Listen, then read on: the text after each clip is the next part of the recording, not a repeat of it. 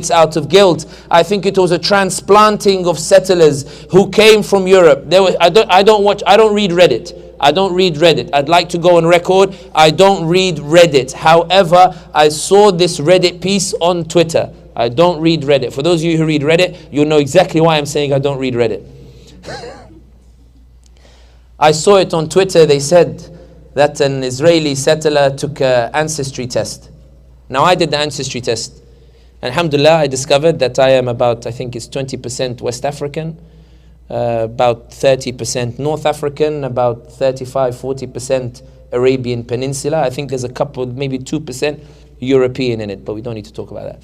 In any case, no, there's nothing wrong with it. There's nothing wrong. Astaghfirullah, there's nothing wrong with it, mashallah. So a settler in Israel took an ancestry test, and they found that they were 100% Eastern European. And so they said, guys, I think there's something wrong with the test. Can someone help me? And then someone wrote on top, is anybody going to tell him? The reason why I mentioned the idea of the settler colonialism is because before the settlers came from Europe, Jews and Muslims were living side by side in Jerusalem for hundreds and hundreds and hundreds of years. Every time the Europeans got involved in the issue, they would turf the Jews from Jerusalem. And the Muslims would say, you can come back. Umar al-Khattab said it. Then the Christians would come again. Europeans, white supremacist Europeans. They would massacre, kick out the Jews again. Salah ad-Din Ayyubi would turn up. He wouldn't commit any massacre of the kind, but tell the Jews, come back. Anti-Semitic white supremacist Europe that committed the Holocaust in 1945, it's almost as if there's a muscle memory when it sees what's happening in Gaza. There's an excitement, but it doesn't know where their excitement is coming from. We've seen this before, and we enjoyed it before. Why should we stop it, guys? This was so fun when we did it. Germany is going all out to say, go, go, go, do this genocide. Some people said out of guilt. I don't think it's out of guilt. So ya ibadallah, if you are bored with the same message over and over and over again, know that you're not bored of Sami. You are bored of the call of justice. You are bored of Dawa. Perhaps you are bored of the 1400-year-old message of the Quran. It's been the same for 1400 years. Never been changed. Allah subhanahu wa ta'ala made the message eternal, because the message of justice is eternal. فَيَا عِبَادَ اللَّهِ, I will give the benefit of the doubt and say that what these people are really suffering from is fatigue, because justice is hard. Justice is difficult. Justice requires struggle, requires perseverance. The Prophet Muhammad sallallahu alayhi wasallam went 13 years in Mecca being persecuted in Dawa. No army, no money, no control over the media. His Sahaba being beaten up. By the Kaaba, somebody came and put animal organs in front of him. Some say on top of him. Bilal ibn Rabah put on the floor with a rock put on top of him. Sumayya radiallahu anha killed before the Prophet ﷺ could even give da'wah in public. Boycott. Khadija radiallahu anha dies during the boycott. Abu Talib dies during the boycott. Some of the Muslims have to flee. It gets too much. They have to go to Habasha. So after 13 years, they suffered 13 years trying, struggling 13 years for justice. Remember, before the Prophet ﷺ said, La ilaha illallah Muhammad Rasulullah, he was living a nice, comfortable life.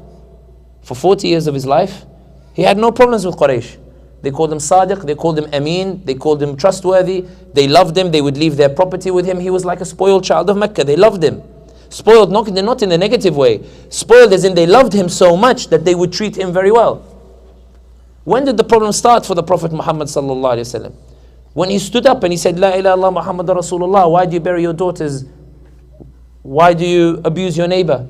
Why do you treat each other badly?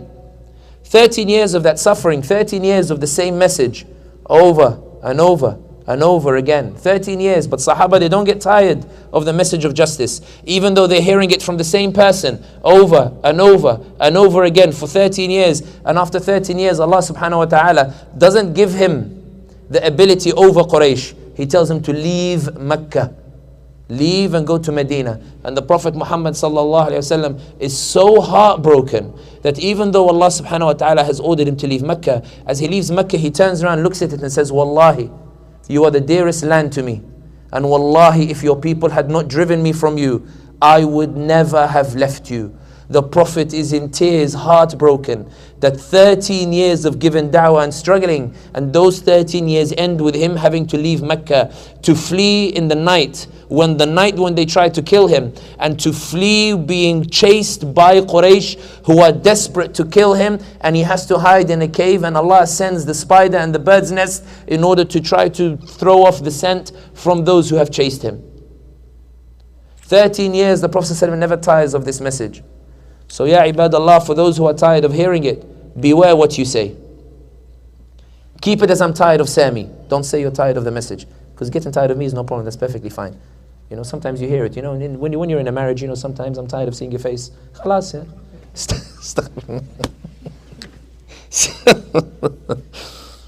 In any case, to the issue at hand.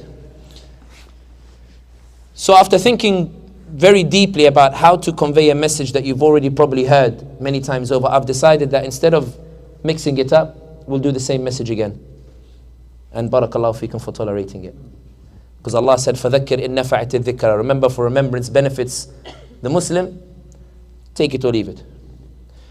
In terms of where we are, where we stand at this moment in time, Haaretz reported 4 or 5 days ago that Israel has proposed a 2-month truce with Hummus. And Hummus are now considering the details. So I have to be careful of it, you know, just you know, tolerate it for now. The ICJ also delivered a historic moment that will go down in history. Now, I've seen many people say that the ICJ failed miserably because they didn't call for a ceasefire or something like that. Ibadallah, did any of you even think for a second that the ICJ could stop the war or the genocide? That wasn't what Israel was concerned about. That wasn't what Genocide Joe was concerned about. The views expressed by the speaker are the speaker's own and do not reflect those of the organization. They belong to Sami alone, and please do not consider any reaction from this audience. Anybody who celebrates what I say has also nothing to do with the organization or anything. They didn't ask me what I would say. I didn't tell them what I would say. This is a serious disclaimer despite the reaction of this audience, which I have nothing to do with. I'm going back to London. They're the ones who will have to decide who comes into power afterwards. Has nothing to do with me. And no, I'm not moving to the US. It's too far to fly everywhere. SubhanAllah. I flew from Dallas. So initially, when I came to America in November, and I landed on the West Coast in LA, and you all know the story by now, I landed dressed for London weather, cold London. I see 5 days of summer a year, just so you know. I see the sun 5 times a year, and I don't even see them in one go. You know, it's different. It comes at separate days. So imagine my reaction when I flown 11 hours. And not only that, they made me fly London, Istanbul backwards 3 hours, and then fly 13 and a half hours to Los Angeles. When I landed in Los Angeles, the pilot says, ladies and gentlemen, welcome to Los Angeles airport. The weather is clear skies, sunny, and it's something Fahrenheit, because we deal in Celsius because we're sophisticated, not the... I know America likes everything big. I think maybe you didn't like the idea of 26 Celsius, so you had to make it 70 or 80 something, you know. Everything has to be big, you know. That bid'ah of yours, chicken and waffles, has to be big. The portions have to be big. Everything has to be big, you know. Your roads are big, the cars are big. So when I landed in lovely sunny LA, I stepped out and I looked out and I said, Allahu Akbar. This was 25th November, 26. So winter. And I said, Allahu Akbar. I never knew winter could look like this in the world. Allahumma, I will never spend winter anywhere else. But I didn't truly appreciate how big America was until some brothers of mine, who I reluctantly call friends, because they invited me and they said to me, Sami, we heard you're in America. Would you like to visit us in Chicago? I haven't finished the story here. Now, I'm not used to coming to America. First time I came to America was 2018 for a wedding. And even that was the East Coast. That was only 6.5 hour flight, like Adi. My friend found a Yemeniya in Raleigh and he wanted to marry her. And I told him, Yahi, out of this big world, you couldn't find somebody except in America, Yahi. And then, because I had to go and apply for the visa because Obama introduced a Muslim ban. So because of Obama, Burak Hussein Bu'amama, as we called him when he first came to power, and then we just now say Barack Obama because he betrayed us so horribly. Barack Obama listed a number of countries that if you've been to them, you have to go to the embassy to apply. And I'd been to Sudan in 2013. Beautiful, lovely Sudan that is now in the middle of a war because the UAE and Washington said, if we hold elections, Sudanese will choose parties that align too closely with the idea of Islam. Bin Zayed, the head of the president of the UAE, told Jake Sullivan, according to New York Times, this isn't my word and the views expressed are the speaker's own, and this view is the New York Times view as well, it's not the view of this organization, but they wrote in the article, The Dark Prince of the Middle East, that Mohammed bin Zayed told Jake Sullivan after the Arab Spring that these are a people in this region, in this Middle East region, these are a people who believe a 1400-year-old book should be a constitution. Do you really want these people to choose their leaders? And Jake Sullivan later said, we turned out bin Zayed was more right than not when it came to these affairs. When Sudan, Omar al-Bashir's government was toppled after 30 years of sanctions, those Sudanese, if anybody's Sudanese here and says revolution, or greatest of respect, there's no revolution in 2019. Yes, there were protests, but not revolution. Protests took to the streets, large protests. UAE got excited, Washington got excited. Salah Ghosh, the head of intelligence, took the opportunity. So did the General Abdel Fattah al-Burhan, so did Hemeti. They got together, they said, let's ride these protests and topple the al-Bashir regime. And then when the people thought that they did a revolution and they demanded elections, they very soon got a rude awakening that not Washington, nor Abu Dhabi, nor Riyadh believed that they did a revolution. The Riyadh, Abu Dhabi and Washington came together with the generals who had toppled al-Bashir, with leftist civilian parties who knew they would never win an election, and they made a deal. They said, guys, look, if we let the Sudanese have an election, we'll get the same result as Tunisia, Egypt, Libya, and all these other Arab Spring countries, where in Tunisia, after 90 years of top-down secularism, the Tunisians still chose Islamic-leaning parties. They didn't vote Muslim Brotherhood. Muslim Brotherhood were the beneficiaries of a people who were inclined to Islam, which is why today, when many Tunisians believe the Islamists abandoned the principles of Islam, they still love Islam, even if they don't love the Islamists. Very two separate, different things here. They said if we hold elections in Sudan, then they will vote for people similar to how the Tunisians, Egyptians voted. So they came up with a deal. They said, let's negotiate a transition. The generals who toppled al-Bashir after 30 years of sanctions, you can rule for 2 years. And the leftist parties who would never win an election, we will give them 69% of the parliament appointed so that they can embark on the ideological changes that the Washington wanted and for which it imposed sanctions to achieve. In those 2 years, the leftist parties and the general together, they removed Islam from Sudan's constitution as part of a deal with rebel groups. They normalized ties with Israel, knowing it would never happen democratically. Then in 2021, when the general was supposed to hand over power to the leftist parties, he turned around and he said, guys, come on, these parties would never win elections. I want to rule. Okay, listen, if you don't let me rule, I'll hold elections. And they told him, no elections, please. Ta'ala, let's negotiate again. Let's make a new agreement. We'll call it the framework agreement. The general said, okay, let's negotiate. They negotiated for a year. At the end of the year, the general said, I still don't like this agreement. I don't want to hand over power to these leftists. He went to Egypt and he asked Sisi, can you help me out? Sisi said, sure, I don't want UAE to have a lot of influence. So they expanded the participation of the civilian parties. UAE got frustrated. So did the leftist civilian parties. So they asked the head of a militia, Hemeti, they said to him, Burhan lives 2 streets down from you. If you could go in the middle of the night, do you think you'd be able to assassinate him? He said, sure, no problem. So he goes 2 streets down, Burhan gets a tip off, the general runs away, and then the whole country is plunged into war. And the UAE is so dead set on Sudan not choosing that it would rather support a militia that is committing genocide in Sudan than allow the Sudanese to have any elections to choose their leaders, because these are a people who believe a 1400-year-old book should be a constitution and therefore they should never be trusted to vote. That's Sudan in a nutshell. I had been to Sudan in 2013 and I loved it, which meant I had to go to the embassy to apply for my visa. And I didn't want to go and apply for my visa. And my friend told me, why? I told him, I can't come to your wedding. He said, why? I told him, because I don't want to go to the American embassy and ask them, please, can you let me in your country? I told him, I feel it's beneath my dignity, like, you know. Allah said, وَلَقَدْ كَرَّمْنَا بَنِي آدَمَ. We gave man dignity. Why should I throw away my dignity? He goes, you throw away that wretched dignity of yours and you come to my wedding. I told him, Akhi, I'm not the one who chose an American to get married to. You could have brought her to Birmingham and get married to her in Birmingham. Why should I go to America and tell them, please, for what? For a wedding, Yakhi, for you? He said, yes, for me. I told him, I'm not going. He told me, you'll go. Anyway, I told him, you want me to stand in the queue in an American embassy and then go to the window and tolerate that interview process. He said, Wallahi, if you don't go, this will be firaqun bayni wa baynik. This will be the end of our relationship. Because there are only 8 people coming from the UK and there are 400 of her lot. So I thought, yalla khalas, let me engineer it so that they reject me. That way it won't be my fault. Why would I want to go to the Eye of Sauron? You know, like I don't understand it. Why would I want, why? You know, I have no raghba, I have no desire to come to America. I did at the time. Now I've grown to love the country, to be honest. But in any case, Allah barak. So when I went to the interview, of course, I prayed Fajr and I went. I booked the early appointment for some reason. I went and stood in the queue in the cold in London, because we have 5 days of summer, if you remember. And I went in, stood in the queue, I went in, and I said, Ya akhi, is this friend really worth all of this?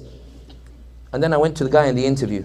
Now I know on the West Coast, you guys have this, because when I came to LA, I went in the morning to go to a cafe. And when I went to the cafe, I realized, like, to be honest, West Coast people are a bit too happy. So for example, like, you'll go in the morning, and then somebody's jogging past, he goes, hey, how are you? Good morning. And you're like, Allah. Oh, did I say something? You're continuing. Just go on your way. Why are you so happy so early in the morning? East Coast people are a bit more similar to us Londoners, to be honest. East Coast is like, hello, what do you want? So I went to the interview. The guy tells me, what's the purpose of your visit? Allah. That's the beginning of the hurting of the dignity. I'm going for a wedding. Where? Raleigh. How long are you staying? Not a second longer than I need to. I didn't actually say that. I didn't have the nerve. I said, I was staying for 10 days. He said, okay, what do you do?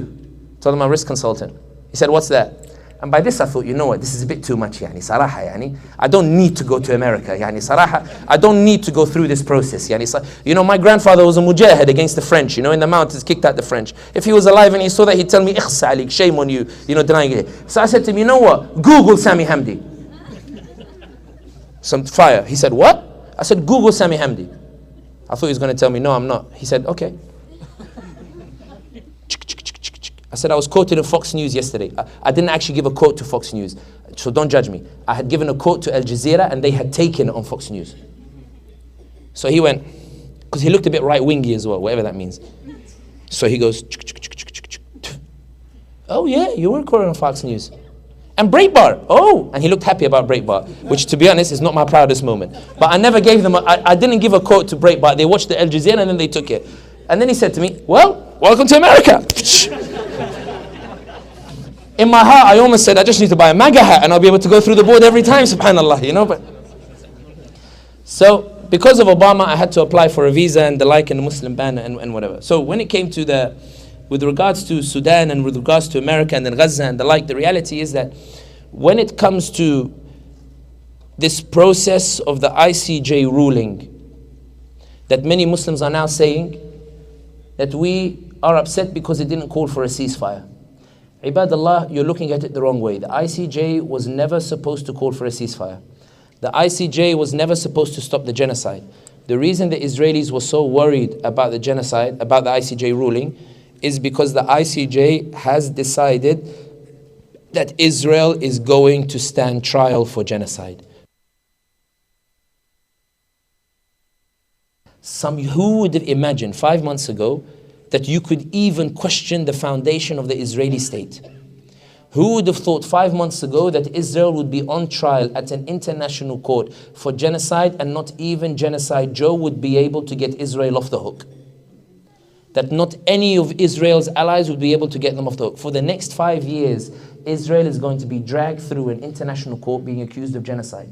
That means, you know, when companies go to invest in Israel, usually, you know, part of my job is due diligence. I have to investigate a company to make sure that they don't have any red flags. So a bit of a spy, a bit Mission Impossible, but the nerdy version.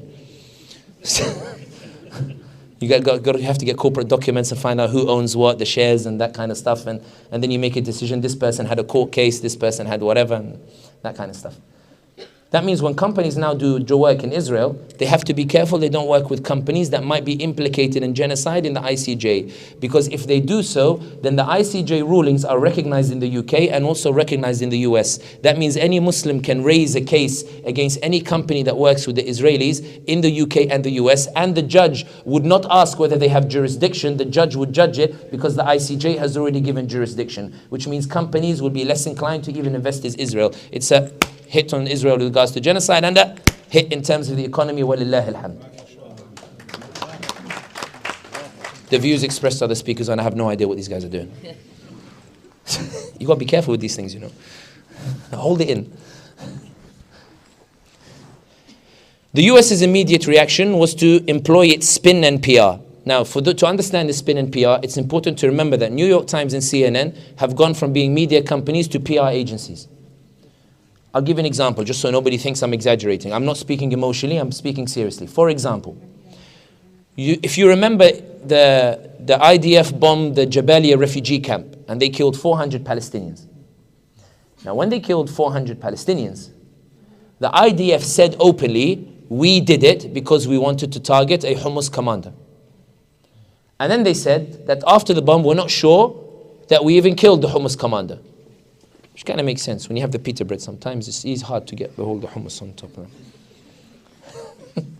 It's important to use the correct terminology to make sure that Google algorithm or YouTube algorithm doesn't censor anything. When the IDF commander went on CNN, the CNN presenter asks them, what happened in the Jabalia refugee camp? And the IDF guy says, we bombed it. And the CNN presenter is shocked. For 10 seconds, he forgets to ask the question. He's a renowned Zionist presenter as well. So then the Zionist guy, says, the CNN presenter says, are you sure? He says, yeah, we bombed it. He said, but 400 people were killed. He said, collateral damage. And the CNN presenter goes, we'll go to the next interview, like this is a bit. Then CNN, they got together and they said, guys, look, we know the IDF did everything, but we know their PR is poor. Is there any way we can repackage this? They said, yeah, sure. We won't say that Israel bombed it. We'll just say explosion at Jabalia refugee camp. And the New York Times said, yeah, haram alaikum, what kind of PR is this? Blast at the Jabalia refugee camp. I remember BBC, they had a Palestinian in London. She lost 40 members of her family in Palestine. But the BBC, they showed their sympathy. They said, Palestinian Londoner loses 42 family members. So somebody joked and said, let's send out a search party to find out where she lost them. The point is that we see that PR in terms of what's happening. So CNN and the New York Times, when it came to the ICJ ruling, the PR machine went to spin the ICJ ruling as saying that they didn't find Israel guilty of genocide. John Kirby gave a press conference in which he said the ICJ ruled that Israel is not committing a genocide.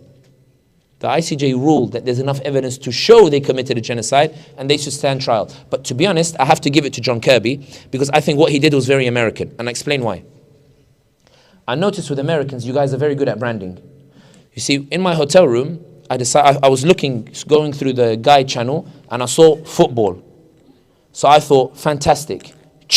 And I saw a bunch of men holding a ball with their hands, throwing the ball with their hands, catching the ball with their hands, throwing it with their hands, running, catching it with their hands, and touching down with their hands. And they said, goal, American football. And I said, Allahu Akbar, that branding is so powerful that they think this is a hand and they marketed it as, and they think this is a foot and they marketed this as football.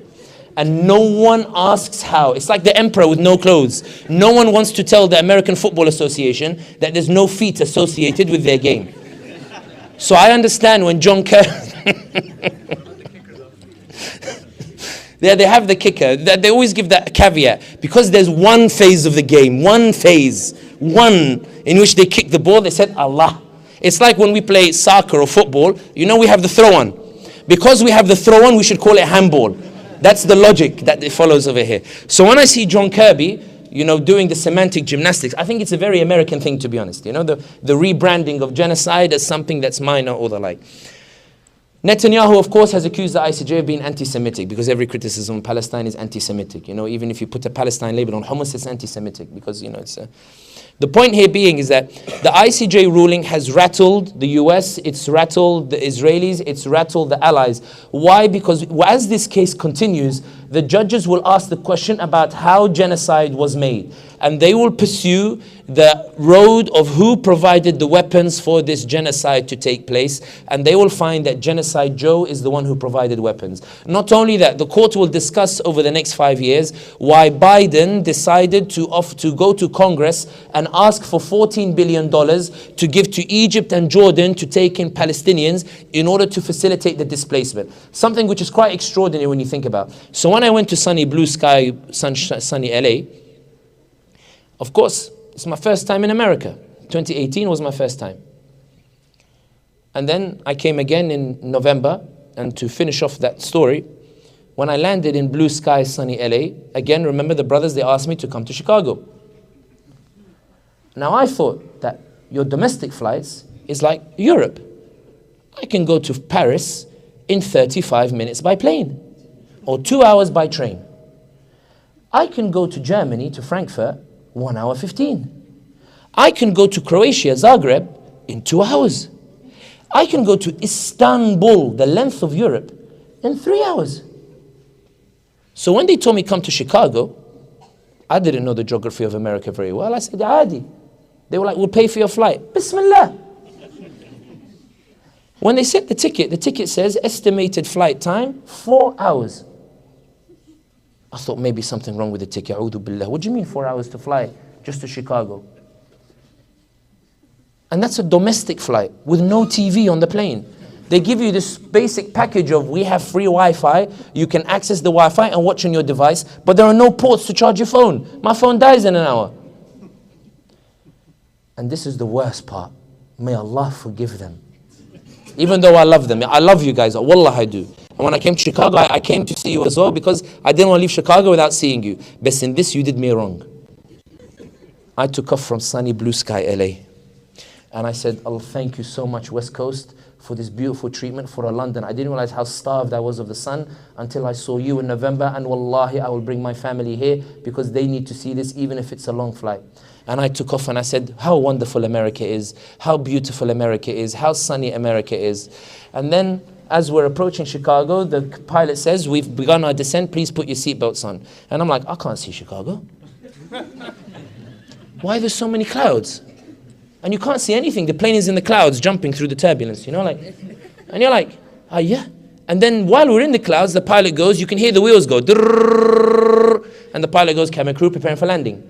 You're like, what do you mean prepare for landing? I can't see anything. And then literally maybe 30 seconds before we hit the runway, Chicago appears and it's miserable.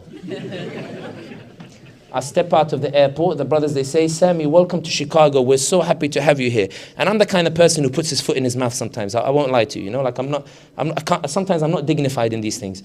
So I walked in and they say, Sami, welcome. And I said, Wallahi, brothers, Saraha, yani, haram alaikum, shame on you, yani. They were like, what do you mean? How can you pull me out of LA to bring me to this place for something we could have done via Zoom? Subhanallah. Subhanallah. You could have told me to come to Chicago first, then LA. Yani, you know, I'm used to, just to give me a taste of that. Oh, and then, in any case, the point of the story is when I landed in LA, we're talking about the $14 billion that Biden asked Congress to displace, that will be investigating the ICJ over the next 5 years. And it's important that you keep talking about Palestine so everybody remembers it. Because the only reason the court was brought, the case was brought to the ICJ is because the Ummah was so loud, they shifted public opinion. And that's what galvanized people to mobilize, including the South Africans. God bless them. We have so many Muslim countries, so many Muslim governments, so many constitutions that say La ilaha illallah, so many masajid, so many imams, so many wonderful Taraweeh prayers with thousands of people praying in these masajid. Not a single one of these nations thought of bringing the case to the ICJ. It took South Africa, a non-Muslim state, in order to bring it forth. And may Allah reward them, and I'll tell you why. Because South Africa knows what apartheid feels like, and so they recognize apartheid when they see it. played a major role in supporting Mandela. They were among the leaders as well, because the South Africans know that when they were going to, in order to fight back against their apartheid, they knew that their warmest allies were the Muslims as well, who were also South Africans, who were with them in their ranks, who suffered with them, were imprisoned with them and mobilized with them. And the South Africans recognize that, and they know the relationship between the Muslims and South Africa is one of one body, and that's why, mashallah, they are standing for the Palestinians as the Muslims once stood for South African once stood for South Africa against apartheid as well. And this, alhamdulillah rabbil alameen, shows you that when you do a good deed, it comes back to you, alhamdulillah rabbil alameen. Back to my story of LA. So I land in LA, and of course, it's my second time in America after having gone to see the East Coast and gone to see Raleigh. And I enjoyed Raleigh, to be honest, but I won't lie to you. And I enjoyed New York. You know, when you land in New York, I can't lie to you, you know. I'm sure everybody has the same feeling. You enter and Alicia Keys is in your head. Yeah, concrete jungle. So anyway, you go in, and then when I flew from New York and the plane took off, I can't lie to you, the plane took off and I said to my friend Tayyib next to me, if I never come back to America, I don't think I would regret it. That was before I came to the West Coast. So anyway, I came to LA, and of course inside you feel like a 5-year-old. You want to go see the sights of, you know, where you saw in the movies, you know. I watched Beverly Hills Cop growing up, so I wanted to go see Beverly Hills. So I wanted to go see, you know, Hollywood. You know how they have this wooden sign, HOLLYWOOD. And I don't know why. It shows you American branding. It's just, how many letters? HOLLYWOOD. It's 9 letters on a hill in a random place in LA. But the branding was so amazing, I had to go and see it. So I drove, because in LA, it's an hour to get to every place, hour freeway. And the freeways aren't free, it's always traffic. So you go 1 hour, and I went up and I saw it. Then I went to Beverly Hills. When I got to Beverly Hills, I was stunned because I saw tents lined up in this very rich area. And I said to my friend, what are these tents? And he said, homeless people. I said, may Allah help them. There's only about 10 tents. Then I went, there's this area, I think it's like a parking lot, or maybe like a former station, subway station. And it's loaded with homeless people. Biden said to Congress, that, okay, we have homeless people, but is that really a priority when we have the chance to fund genocide and ethnic cleansing? Come on, guys, we have 14 billion. We have the chance to fund, to solve the homeless problem, or to fund genocide and ethnic cleansing. Is this even a debate, guys? I need 14 billion to fund ethnic cleansing. When I was in Raleigh in 2018 to go for the wedding, we were in the car, and the bride's brother-in-law started vomiting in the car.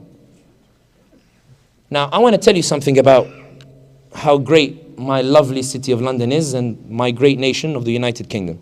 God save the King. If I wake up one morning and I go, it felt funny. I'm sure there was a chestiness to it. Sumaya, to my wife, I think just go to the doctor and ask the doctor and get your peace of mind. Okay? And I do this. I promise you, I know it's very strange to you guys, but I call the doctor. Doctor, I coughed this morning. What do you want me to do about it? I need to see you. Why? I think it's serious. I have a space 1 week from now. Yeah, that'll do, that's fine. But it might get serious in the next couple of days. Can we do an e-consult online? Yeah, sure, we can do an e-consult. Okay, on the e-consult you exaggerate, so he sees you the next day.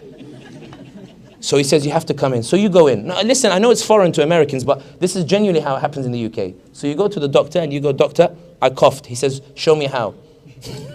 And you go, and the doctor says, there's nothing wrong with you. I told him, check. He goes to me, there's nothing wrong with you. I told him, doctor, I mean this with the greatest of respect. I asked Sheikh Google. And I think it might be cancer. And I want to get it early so that it doesn't get worse. He tells me, get the hell out of my room. I tell him, am I fine? He goes, you're fine. I get peace of mind, right? Over a cough. God bless the National Health Service. And may Allah protect it from those Tories who are trying to defund it and get rid of it. Say Ameen. I know you guys don't have it, but you don't need to be jealous about it. You can say Ameen so that it can be protected for people like me, okay? So we're in Raleigh, and the brother starts vomiting in the car. When he vomited in the car the first time, his face goes green. We're like, Akhi, as I did with my, Akhi, let's just go to a doctor and check it out. And he's so horrified by the suggestion, he vomits again. He actually did vomit again, but not at the suggestion. So we have a couple of doctors with us, a Palestinian doctor, Umar Abdul Hadi. Allah yadhkuru bkhair. So Umar Abdul Hadi goes, listen, like, he does a bit of what I did with the Google. He goes, it might be meningitis. You need to at least go check it out just in case. And I went, yeah, it might be meningitis, yeah. And I Googled it to make sure what it was. It looked serious. So he vomits the third time. And he actually did vomit the third time. I'm not exactly. He vomited the third time. And then we were like, you know what, forget it. Oh, we have 999, but you guys, you have to be funky, so you do 911, right? So 911, and he said, no, no. And all the Americans went, no, no. And we British went, what? Don't call the ambulance. Why, Yechi? No, no. And one guy went, here in America, you got to pay. Yechi, he's stingy over $100. Dude, they ain't $100 to get an ambulance, Yechi. Biden, when he went to Congress, he knows about the healthcare problem. Biden said, I have $14 billion in Congress. There's homelessness, there's healthcare. Congress, you know the priorities. We have a choice between homelessness, healthcare, and genocide and ethnic cleansing. No brainer. We fund the ethnic cleansing. Makes sense. Problem is, however, that the Gallup poll comes out on the 26th of October, which shows that Biden is behind in the polls. And in particular, in 6 swing states that just so happen to be the swing states where Muslims have the deciding vote. Georgia, Pennsylvania, Michigan. So everyone gets upset when I say Michigan. I'm like, why do you want to be so French and pronounce CH the way the French do? Do you know what the French did in Algeria? What's wrong with you? So Michigan, Arizona, and there are 2 other states. That's why you're laughing, I'm serious. In any case, I went to Strasbourg once, and you know, I speak French, unfortunately. But in any case, a colonial hangover. So I thought, you know what, I'd go in and I'd practice my French as well. So I go in, and this is what sometimes you get this experience when you go to France. So for example, if you were to speak Arabic, a non-Arabic speaks Arabic, how would the Arab person respond? MashaAllah. Well, sometimes. Because I remember, no, to be honest, I take it back. Arabs don't respond that way. Because in my hometown in Sidi Sami in Tunisia, we had a Chinese guy arrive once, and he walked in and he spoke the best Fusha I've ever heard. He went into the market and he went, Hayakumullah, inni uridu qit'atan min al-khubzi wa ba'dhum min al-tamatimi.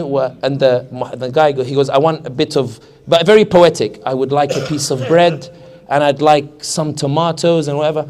And Muhammad, and the shopkeeper, sitting there with his paper, and went, Shinwi yahdar Arabiya. The Chinese speaks, hey Muhammad, come in here, hey, guys, hey, say it again, say it how you said it. Allah, Sadaq Allah Azim, Sadaq Allah Azim. And you're like, guys, have some shame, what's wrong with you?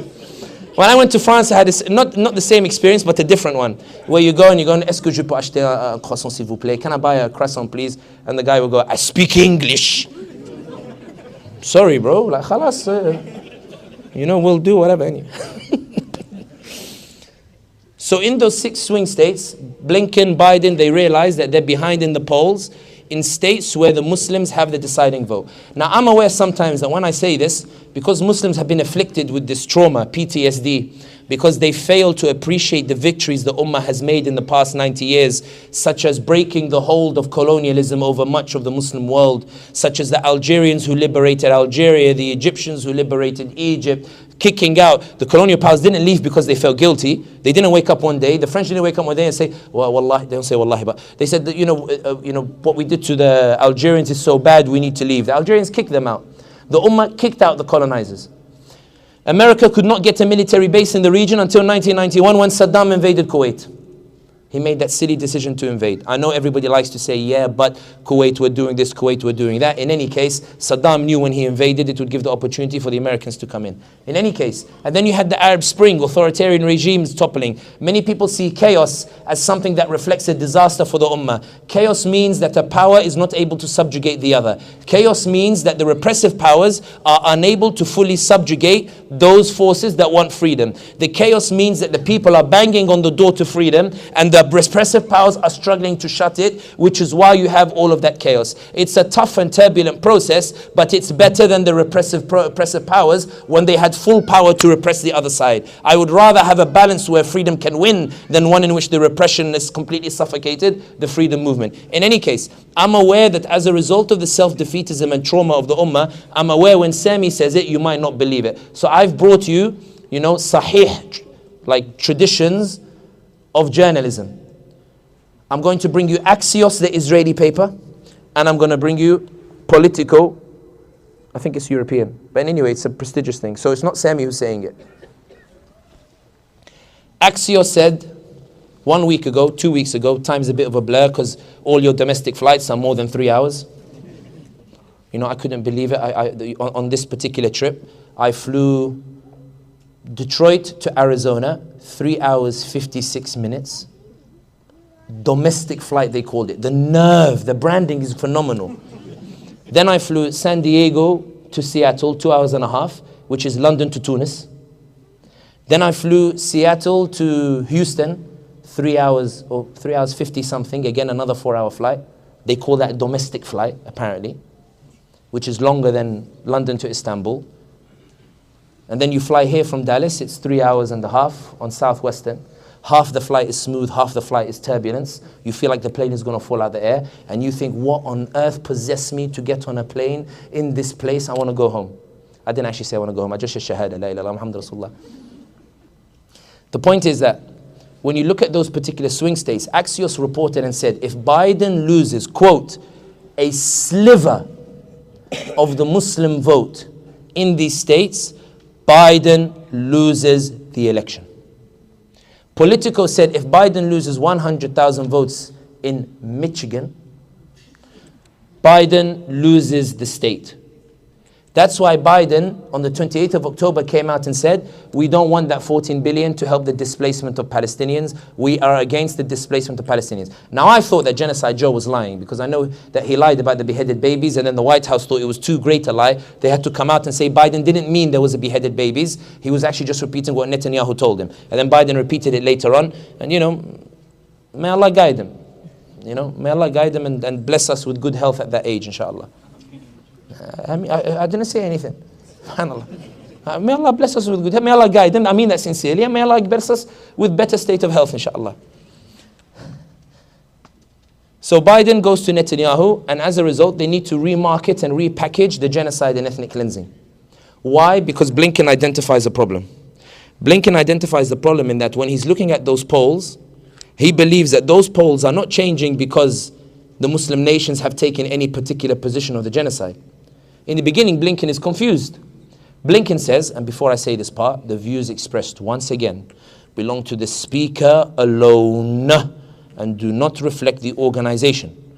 They did not ask me what I would say. I did not tell them what I would say. So when they land in Jeddah, please let them through. The beef is between us. Let them do their Umrah. Let them do their Umrah, let them do Hajj and the like and whatever. I know you have the concerts now in Jeddah. I haven't said anything to them about the concerts. I'm going to talk about the concerts in Riyadh, not Jeddah. Blinken said that these polls, we're falling in the polls, not because the Muslim states have taken any particular position. Blinken told Netanyahu, I went to Saudi Arabia, I got a fatwa. The chief imam of Mecca gave a fatwa. He said, Ya ibadallah, make dua for Gaza. Cry in your dua if you want as well, to add some extra oomph to it. But don't talk about it. Because it's a fitna that might lead you to turn against your rulers. So obey your rulers and obey your scholars. An imam in Sulaiman Rajhi Mosque in Riyadh came out and said, Ya ibadallah, we make dua for Gaza, but let's not talk about issues that we know nothing about. Let's trust that our rulers have more information than we do. So when they do nothing for Gaza, and when they bring Jared Kushner to give a keynote speech in the middle of genocide, he didn't actually say that part, that's me. But in any case, that when our rulers trust that they have the information required and that they're acting accordingly, because your opinions are like those of slugs. And the more you talk about it, the more of a burden you become on your leaders. I have a Turkish friend who was flying out to Medina and he sent me a message. I don't know why he'd send me a message before he goes to Saudi, but in any case. Stop. He said, Sami, I'm going to Medina And I'm sure that they're going to be talking about Gaza, Sami. I don't think that they're going that far that they're not talking about Gaza. I told him, listen, tawakkal Allah, go and make dua, I get to see it again one day, inshallah. He said, Ameen, Ameen, Abi, Ameen. It's Turkish. So he lands and he sends me the voice note of the khutbah. I actually have it here for anybody interested later on. He hears the word Gaza and he clicks record on his WhatsApp. Good concentration in the khutbah, mashallah.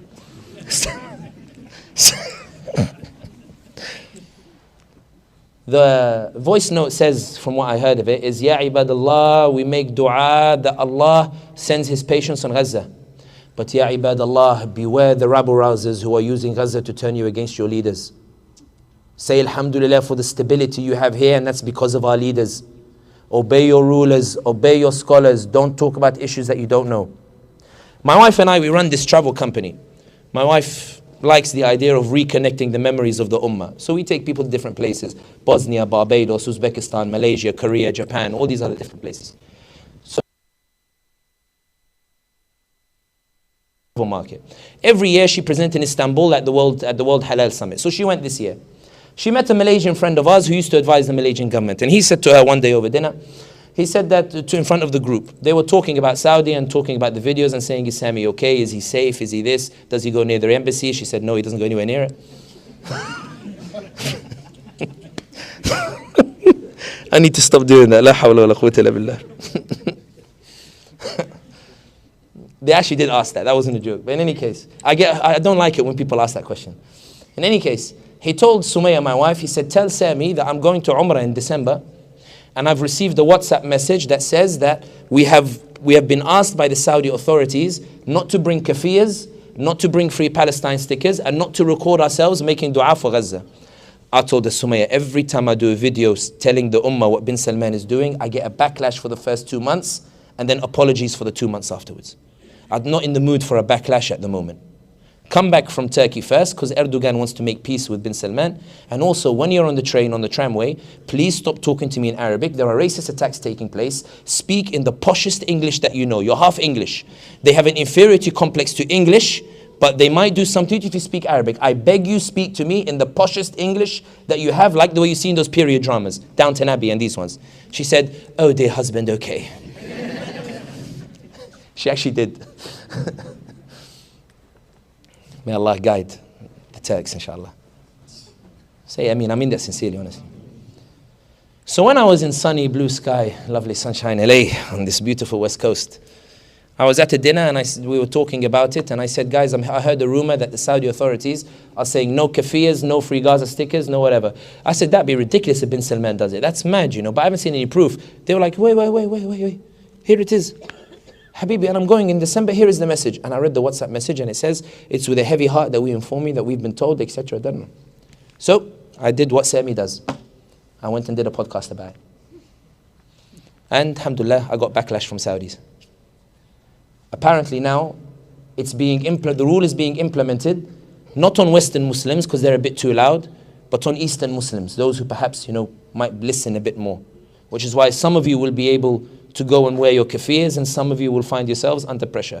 Alhamdulillah, I'd like to take some credit for it, in that at least you rattled the government a bit. And I like to think that if the ummah was louder about these issues, I think they would reverse those policies entirely. But unfortunately, many of the ummah, they believe that Islam is about going to Mecca and Medina, not about standing up for what's right.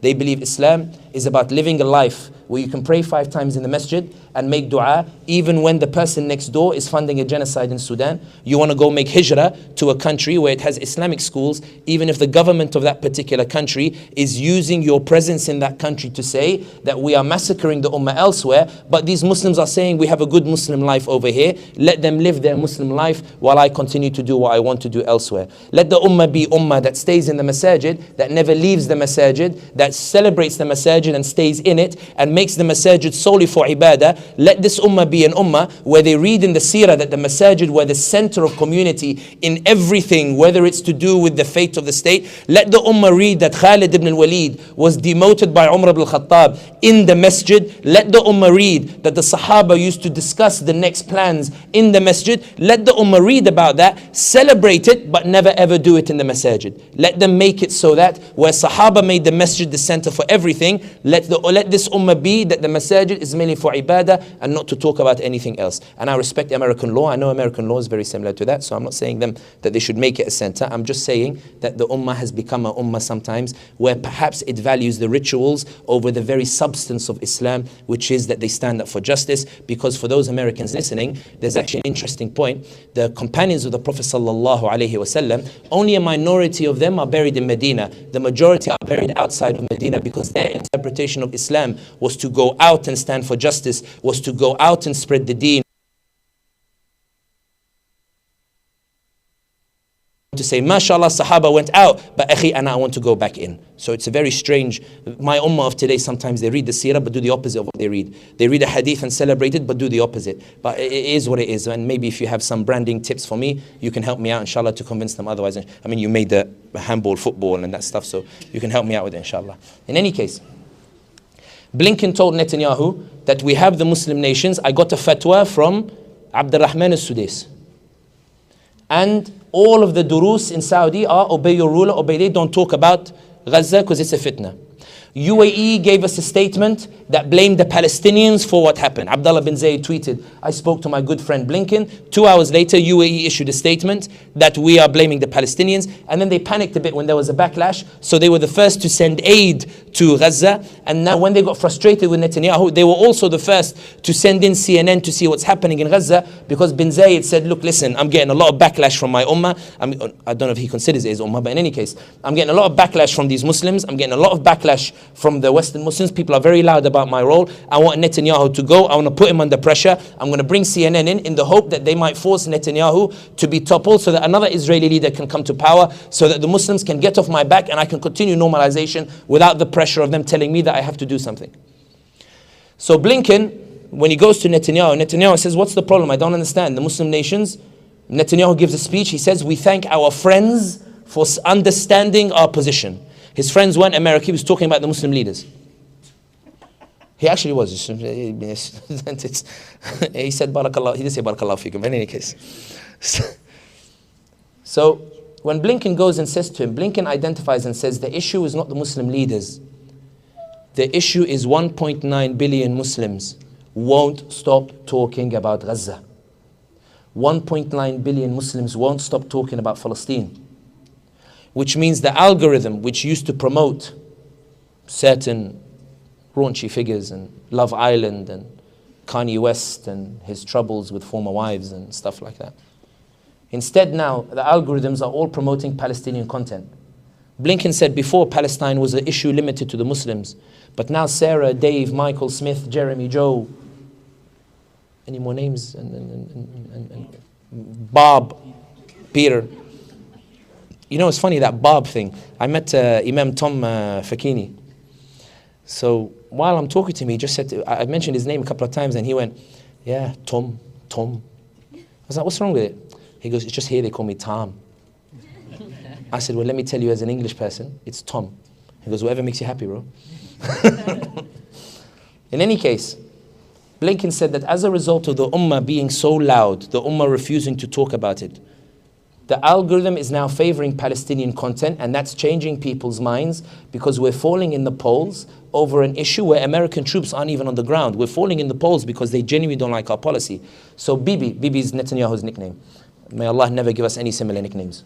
Can you imagine if you had Ya Rab, please, no nicknames like that, Ya Rab. Ya Rab, don't let me make a verbal mistake while I'm speaking where someone grabs onto it and attaches to me a label that I don't like. Ya Rab, Gulu Ameen. Gulu Ameen. Those who don't say Ameen, may Allah give you a nickname like that. Astaghfirullah, astaghfirullah. I take it back. In any case, Blinken says to Netanyahu, according to Axios, the elevated source, that we need a new marketing strategy for genocide and ethnic cleansing. He said, what's the marketing strategy? He said, instead of saying we're committing genocide against these animals, why don't we send them a letter, a very nice, cute letter, where we tell them, listen, we're coming to bomb your home and take your land, and we want to build a nice Red Sea resort on it, or Mediterranean resort on it. Sorry, my geography. I'm in America, it gets muffled sometimes. We want to build a nice resort on it, but we want to give you an opportunity 4 hours a day to leave your house and to leave. Now, if you don't leave, we'll kill you. But we thought we're just going to be nice and give you 4 hours if you want to leave. And we'll let you leave through a humanitarian corridor under the protection of the Israeli army. The problem is Axios reports that Netanyahu responded and said, hang on. Why have you gone from not calling for a ceasefire or a pause to now calling for a humanitarian pause? Wait a minute. Inna fi qalbi inna. In my heart there is something strange. I smell a plot over here. Is this Biden trying to lure me into a ceasefire like in May 2021? Allah subhanahu wa ta'ala says in the Quran that you think the hearts are united, but qulubuhum shatta. Their hearts are divided. That's why when the humanitarian pause was implemented, Biden, when he came off the plane, he was asked, he said, it came late, but at least it came, expressing the frustration with Netanyahu. But the point of this particular part of the story, Ibadallah, is what made Blinken shift from wholehearted support to a genocide, to arguing for a humanitarian pause, to pushing for a hostage truce, to pushing for a sustainable ceasefire, and now talking about a low intensity, and now offering a 2-month truce to Hamas. Was it Saudi Arabia? No. Was it UAE? No. Was it Turkey's Erdogan, where trade between Turkey and Israel has increased apparently 30% since the start of the genocide? Because Erdogan believes he has an economic crisis, because for 20 years interest rates went up and he was putting the interest rates up, and then one day he woke up, I think maybe because he's worried about his later age getting closer to Allah subhanahu wa ta'ala, he woke up one day and said that it was halal in the 20 years and now it's haram, I need to bring it back down. And he crushed the currency as a result. When he crushed the currency, Erdogan said, I have an economic crisis. You know, there are still the Turks there. You know, it was a very tough election, very difficult election, and I need to take care of my economy. I've reconciled with UAE. I told them, please, ta'ala, let's reconcile. Please. And the UAE said, khalas, 50 billion, and let's reconcile together. And they said, hadar, 50 billion, barakallahu feek, and we will not talk about UAE at all. They went to Saudi Crown Prince. They told him, yes, Samul Amir, please, like, we're sorry about Khashoggi. Like, we'll throw the case out. We'll throw it out of the courts. And we'll invite you to Ankara as well. And bin Salman took advantage. If you notice, when he landed in Ankara to meet Erdogan, they have this tradition when a leader comes where the soldiers, they stand, and the leader is supposed to say, Merhaba Askar, you know, welcome soldier. And they go, huh! Bin Salman, the wily fox, he walks in, instead of saying Merhaba Askar, he says, Assalamu alaikum. And the soldiers go, because he wanted an image to show that Erdogan claims to be a sultan, but they don't even know how to respond to wa alaikum assalam. They don't have to respond to salamu alaikum. Very cheeky play for somebody who's just introduced alcohol to Saudi Arabia. Yeah, really, like mashallah, you know, it's... in any case, the people who brought this change from no ceasefire to humanitarian pause, to hostage truce, to sustainable ceasefire, to low intensity warfare, to this offer of truce from the Israelis to Hamas, what brought it about was public opinion. And this is where I enter the tail end of the talk, because I won't go on for too long, because people have complained sometimes that there's never a Q&A because I go on for too long.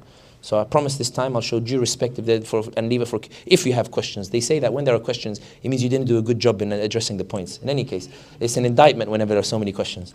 In any case, the point is that when you look at the situation as it's unfolding today, it's true that we're seeing a genocide unfolding. It's true we're seeing an ethnic cleansing unfolding. But ya ibadallah, when you look at the ICJ ruling, do you think that Israel wanted to see an ICJ ruling like that? No. Do you think that Biden is happy that he's falling in the polls over the Palestine-Israel issue? Do you think that Israel is happy that it spent billions on a PR that the Ummah broke for free? Do you think Israel is happy that it's seeing, you know, that spokesman, the one who threatened the ITV, I don't know if you've seen it. The ITV presenter says in the UK, ITV is a sophisticated channel in the United Kingdom. It's not like your channels here in America where, you know, I can't lie to you. I sit in the hotel room sometimes and I think, let me just watch American channels. Oh my God, you will not believe what happened today. And it's something about Walmart or something, whatever. You know, he gets you excited and then gives you a deflated news, you know. Gets you geared up. Oh my God, something, Fox News. Oh, and just breaking in. It's a hot weather today. And you know, I remember in 2018 when I came to New York, I was in JFK Airport. And I went to pick up a car, to rent a car to drive to Washington. Didn't really want to fly. I don't like flying. So I told my friends, let's go on a road trip because it's beautiful. That ride is not really as beautiful as everyone thinks it is. This part is beautiful, like West Coast. It's lovely. Especially, was it the PH1, P1, PCH? I said PH like it's a science thing. You know, yeah. We don't do science in America. Mashallah, you know, Allah may, you know, you guys conquer the world, Allah barak, you know, your branding is everywhere, you know, your Oreos taste like they're a death wish, they don't taste like our Oreos. Your Fanta is just too orange for me to drink. You know, like I think in the UK we have more stringent laws. The point is, when I was in New York, to give an example of the headlines, when I picked up the car and I'm walking through, I dropped my bags and I rushed to the TV and the guards went like that. And they said, "Excuse me, what are you doing?" And I panicked because I realized, wait, I'm in America, you can't just drop your bags like that. And I was like, KFC's run out of chicken. They said, what? I said, look, the headline is there. And it was CNN, KFC runs out of chicken. And I thought, only in America. Only in America. American dream. In any case, when you look at the fact that Biden is now concerned, and you look at Levy, the ITV channel, there's a presenter, he talks to the spokesman of Israel. And he says that, but it didn't all begin on October 7th, did it? And the Israeli spokesman says, I warn you against contextualizing October 7th. A really nasty threat. Basically saying, I will make you lose your job if you try to make this a serious discussion and debate about what actually happened on October 7th. The reason he threatened him so publicly and not in a sophisticated way is because all of their sophistication has been broken by you. All of their ability to have this sophisticated control over the narrative has been broken by you. When I went back to the Yaqeen podcast, because someone made a joke, these Americans, they said he finished his Yaqeen podcast and picked up this very English teacup and he drank his tea. I was like, what teacup are they talking about? So I thought, let me go back and see the video, what teacup they're talking about, so I can buy another one. In any case, before the Yaqeen podcast came up, IDF advert. So I thought I need to do tahara. So I'm going to listen to Su'ud al-Shuraim, Surah Taha, which is the surah, his melody, in his recitation when I was 16 years of age is what really got me into the Quran when I listened to it. Before I was just praying, you know, like if dad wasn't watching, you just do turbo. After that surah, I took my prayers very seriously, especially because, you know, when you memorize a big surah as a teenager, there's a bit of prestige to it. Because all your friends are just reading, قُلْ أَعُوذُ بِرَبِّ النَّاسِ مَلِكِ النَّاسِ, and then you come out and you go, قَالَ فَمَنْ رَبُّكُمَا يَا مُوسَى قَالَ رَبُّنَا الَّذِي. And genuinely you feel, you start, and they're like, Sammy, you know, you take way too long in prayers now. I'm like, it's Surah Taha. It's a long surah.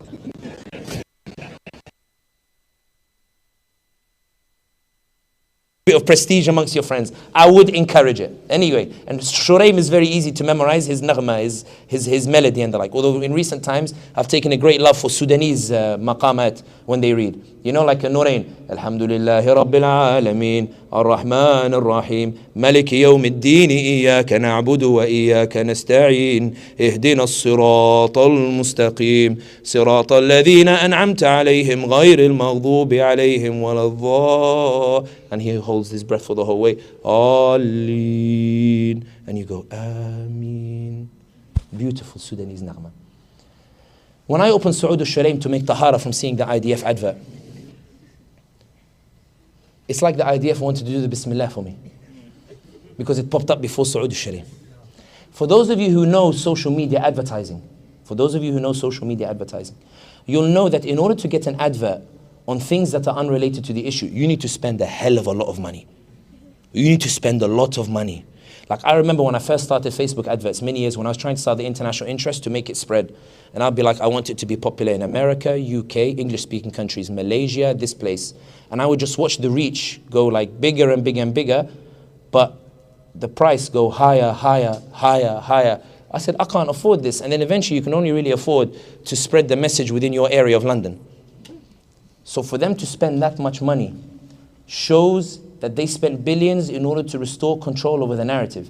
Even the channels that brought the Palestinians, they were stunned because this generation of Palestinians are eloquent in English. They're able to present their case and they were able to push back on that, do you condemn Hamas, do you condemn Hamas, do you condemn Hamas? Until now it's become absolutely irrelevant because everybody now is focused on the genocide. The Israelis are realizing that the ones who are moving the goalposts of the narrative are no longer the Israelis. The ones who are controlling the narrative are no longer the Israelis. The ones who are controlling the narrative are one 1.9 billion Muslims, amplifying the voice of the Palestinians, responding to the call to the Palestinians. They are tweeting, they are sharing, they are doing their TikTok, they are breaking the algorithm. They are absolutely, it's so stupendously popular that the algorithm is penetrating all the bubbles of the algorithm that it makes a girl in LA. Remember when I started, I said the West Coast, and I mean this sincerely with the greatest of respect to you, if the earth was flat, this would be where the end of the earth is. Because all the world lives next to each other on the other side of the world. Like I said, England, France, Germany. You guys have to fly at least 6 hours before you even get to the Atlantic.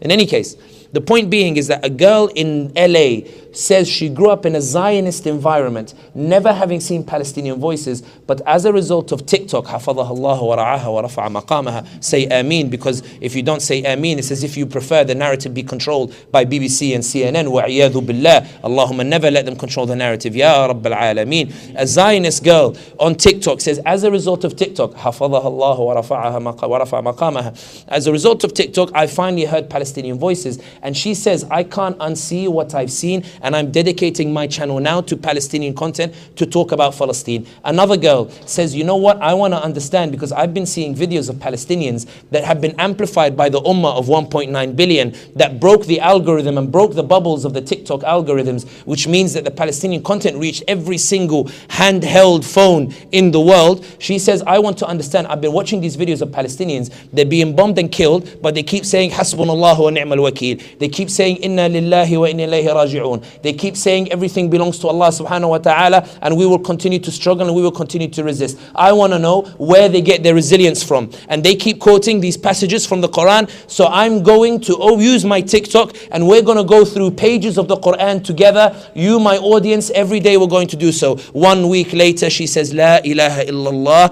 Muhammadur Rasulullah. And I saw her with Haifa Yunus at one of the conventions. People looking at Gaza, and while our hearts weep and our hearts are breaking, and while some of us, in the audacity of some of us, to call the Palestinians weak, when the world is so taken by their strength, so taken by their resilience, that the number of people entering Islam just over the past 3 months is phenomenal, because they don't see weakness in the Palestinians. They see absolute strength and resilience, and they say, I want to be like those Palestinians. I want to learn the resilience of these Palestinians. And their conclusion that they are coming to, subhanallah, the conclusion they are coming to. Why do they open the Quran? Because the conclusion they come to is this resilience is not a genetic thing. This resilience is a Quranic, Islamic thing. And that's why they enter Islam, because they are searching for the resilience that the Palestinians have, that they have concluded can only come from Allah subhanahu wa ta'ala. What a blessed people. May Allah accept the shuhada. That's why, ya ibadallah, beware when you say the ummah is weak. Beware when you say the ummah is in a state of weakness. You might be weak, and therefore you're projecting it on the ummah. But the ummah has actually never been weak. Ibadallah, I used to believe the ummah was weak. I used to believe the ummah was weak. I used to sit in London in my very comfortable home, alhamdulillah, because my father, mashallah, was an activist, and he established a media company later, and he raised me and he taught me everything I know about politics. He used to merge politics and deen. He made it very seamless for me. Whenever any problem would happen, he'd tell me something about hadith or about the seerah. So by the time I became 20, 21 years of age, it was just natural to attach the seerah to everyday problems. I know some people have said that seems to be a very unique thing or the like. It's not a unique thing in my house. If you're impressed with what I have to say, you have not met Muhammad al-Hashim al-Hamdi, my father, who was my teacher, who raised me and taught me how to do it. In any case, when you look at the way that they're turning towards the deen and Islam, the ummah has never actually been weak. So when I thought the ummah was weak, I went to Bosnia. I read Ali Izzat Begović's book, Inescapable Questions. And I was fascinated to discover Muslims in the heart of Europe who'd been Muslim for 700, 800 years. And they were ethnically Europeans, and they were still holding on to Islam. So a Bosnian friend of mine said, I'd love to show you Bosnia, let's make it a lads trip. I said, lads trip, cool. We rent a car and we just go. In Europe, what you can do is, unlike here in America, where you're in the same country and you have to drive 50 hours just to get from one coast to the other, 50 hours in Europe will take you from London all the way to Riyadh and Jeddah or that kind. So when you go to Bosnia, you can go Bosnia, Montenegro, Albania, Kosovo, Macedonia, all in the space of 10 days. Value for money. In any case, when I landed in Bosnia and I got to discover the Bosnians, I finally got to hear their story. Based on what I read on Ali Izetbegovic, I was able to engage in some conversations, some facts, and I got to ask them about it. And I discovered that the Bosnians, Bismillah, mashallah, quwwata illa billah, they have a masjid in Sarajevo called the Ghazi Huzrev Bey Masjid. Now, sometimes when we take our groups, we take them to the Ghazi Huzrev Bey Masjid, and then they go in 2 minutes and they come out. And I realize why they go in 2 minutes and they come out. It's because they don't know the story of Ghazi Huzrev Bey. Ghazi Huzrev Bey stands in 1532 in the middle of Sarajevo and he says, Allahumma, I have no kids, but I'm going to leave behind this waqf, this masjid, this madrasa and this library. Allah, please accept it for me for Yawm al-Qiyamah, because I don't have kids to make dua for me afterwards. The Ottomans are kicked out of Bosnia in the 1600s, maybe early 1700s. If I get my dates wrong, Allah Kareem, you can go and research it. The point is that after the Ottomans are kicked out, Islam continues in the heart of Bosnia. They don't give it up, proving that it was not spread by the sword. The Austro-Hungarians shut down a few mosques, but they don't shut down the Ghazi Huzrev Bey Mosque. Then the Yugoslavian kingdom eventually emerges, and they do a census where they identify that the Muslims are identifying as Muslims first, not their ethnicity. So to prevent these Muslims from organizing, we're going to divide their areas into 9 banvinas, 9 provinces, and we're going to make sure the Muslims are the minority in each of these provinces so that they're unable to organize together. In 1938, under the communist regime, one of the philosophers is asked to address the Muslim question. Their answer to the Muslim question is to shut down Muslim associations, execute half of the student leaders, put the rest in hard labor, ban the Quran, ban the manifestation of the deen, ban the hijab, and essentially repress the Muslim minority in Bosnia. The Bosnians don't give up. The Bosnians keep teaching the Quran. All the Bosnians have to do to get comfort is give up La ilaha illallah, Muhammadur Rasulullah, and go to their ballet dances and go do whatever the Yugoslav communist regime want them to do. If they give up La ilaha Muhammad Rasulullah, they won't be persecuted. The Bosnians refuse to do so. In 1980s, Yugoslavia collapses. Bosnia is formed in 1988, 1989 as Yugoslavia collapses. The Muslims form their own state, and Ali Izetbegovic says because his tolerance comes from Islam, not from white supremacist Europe, which used to massacre the Jews or the like, we are going to establish a nation where all religions live together and the Muslims will be the majority. The Serbs invade and they commit a genocide and they commit an ethnic cleansing.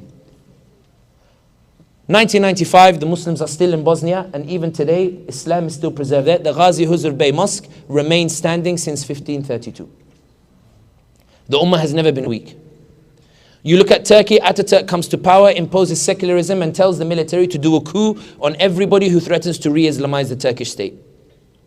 They ban the printing of the Quran, they execute scholars, they imprison the others, they turf the others, they massacre the Kurds who come to revolt because they want to re-establish Islam. And as a result, Adnan Menderes eventually comes to power in the 1960s, restores the Adhan, they do a military coup. 1980, they do a military coup again. 1997, Erbakan comes to power, they do a coup again. Why? Because despite the ban on hijab, despite the ban on Quran, despite the ban on hadith, despite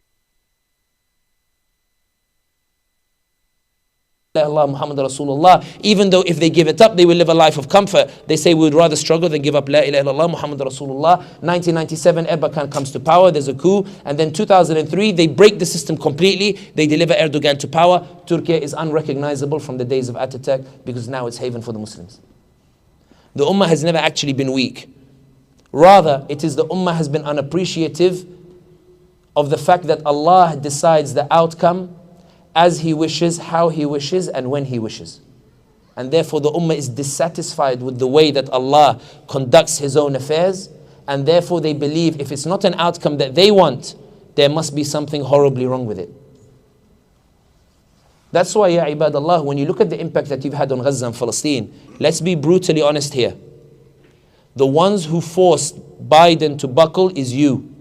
The one who made Macron call for a ceasefire is you. The one who made the Deputy Prime Minister of Belgium call for sanctions against Israel is you. The one that made it possible for the ICJ to hear the case is you. The one who made it impossible for Biden to rescue Israel from the ICJ is you.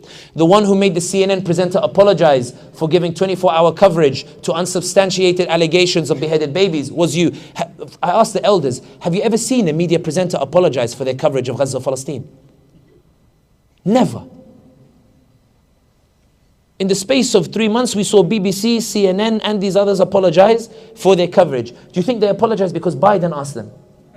Do you think they apologize because Netanyahu said, guys, I know I'm committing a genocide, but be fair in your media coverage?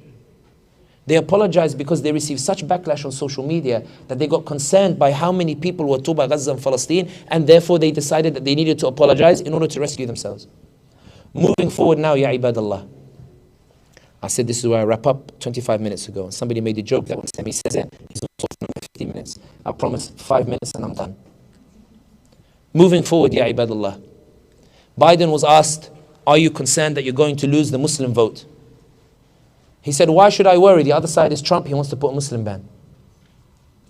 Because Biden believes that the comfort of the West Coast is so valuable and so comfortable. And I've seen your houses. Bismillah, mashallah, quwwata billah. May Allah increase you. And increase you in the resources that you have.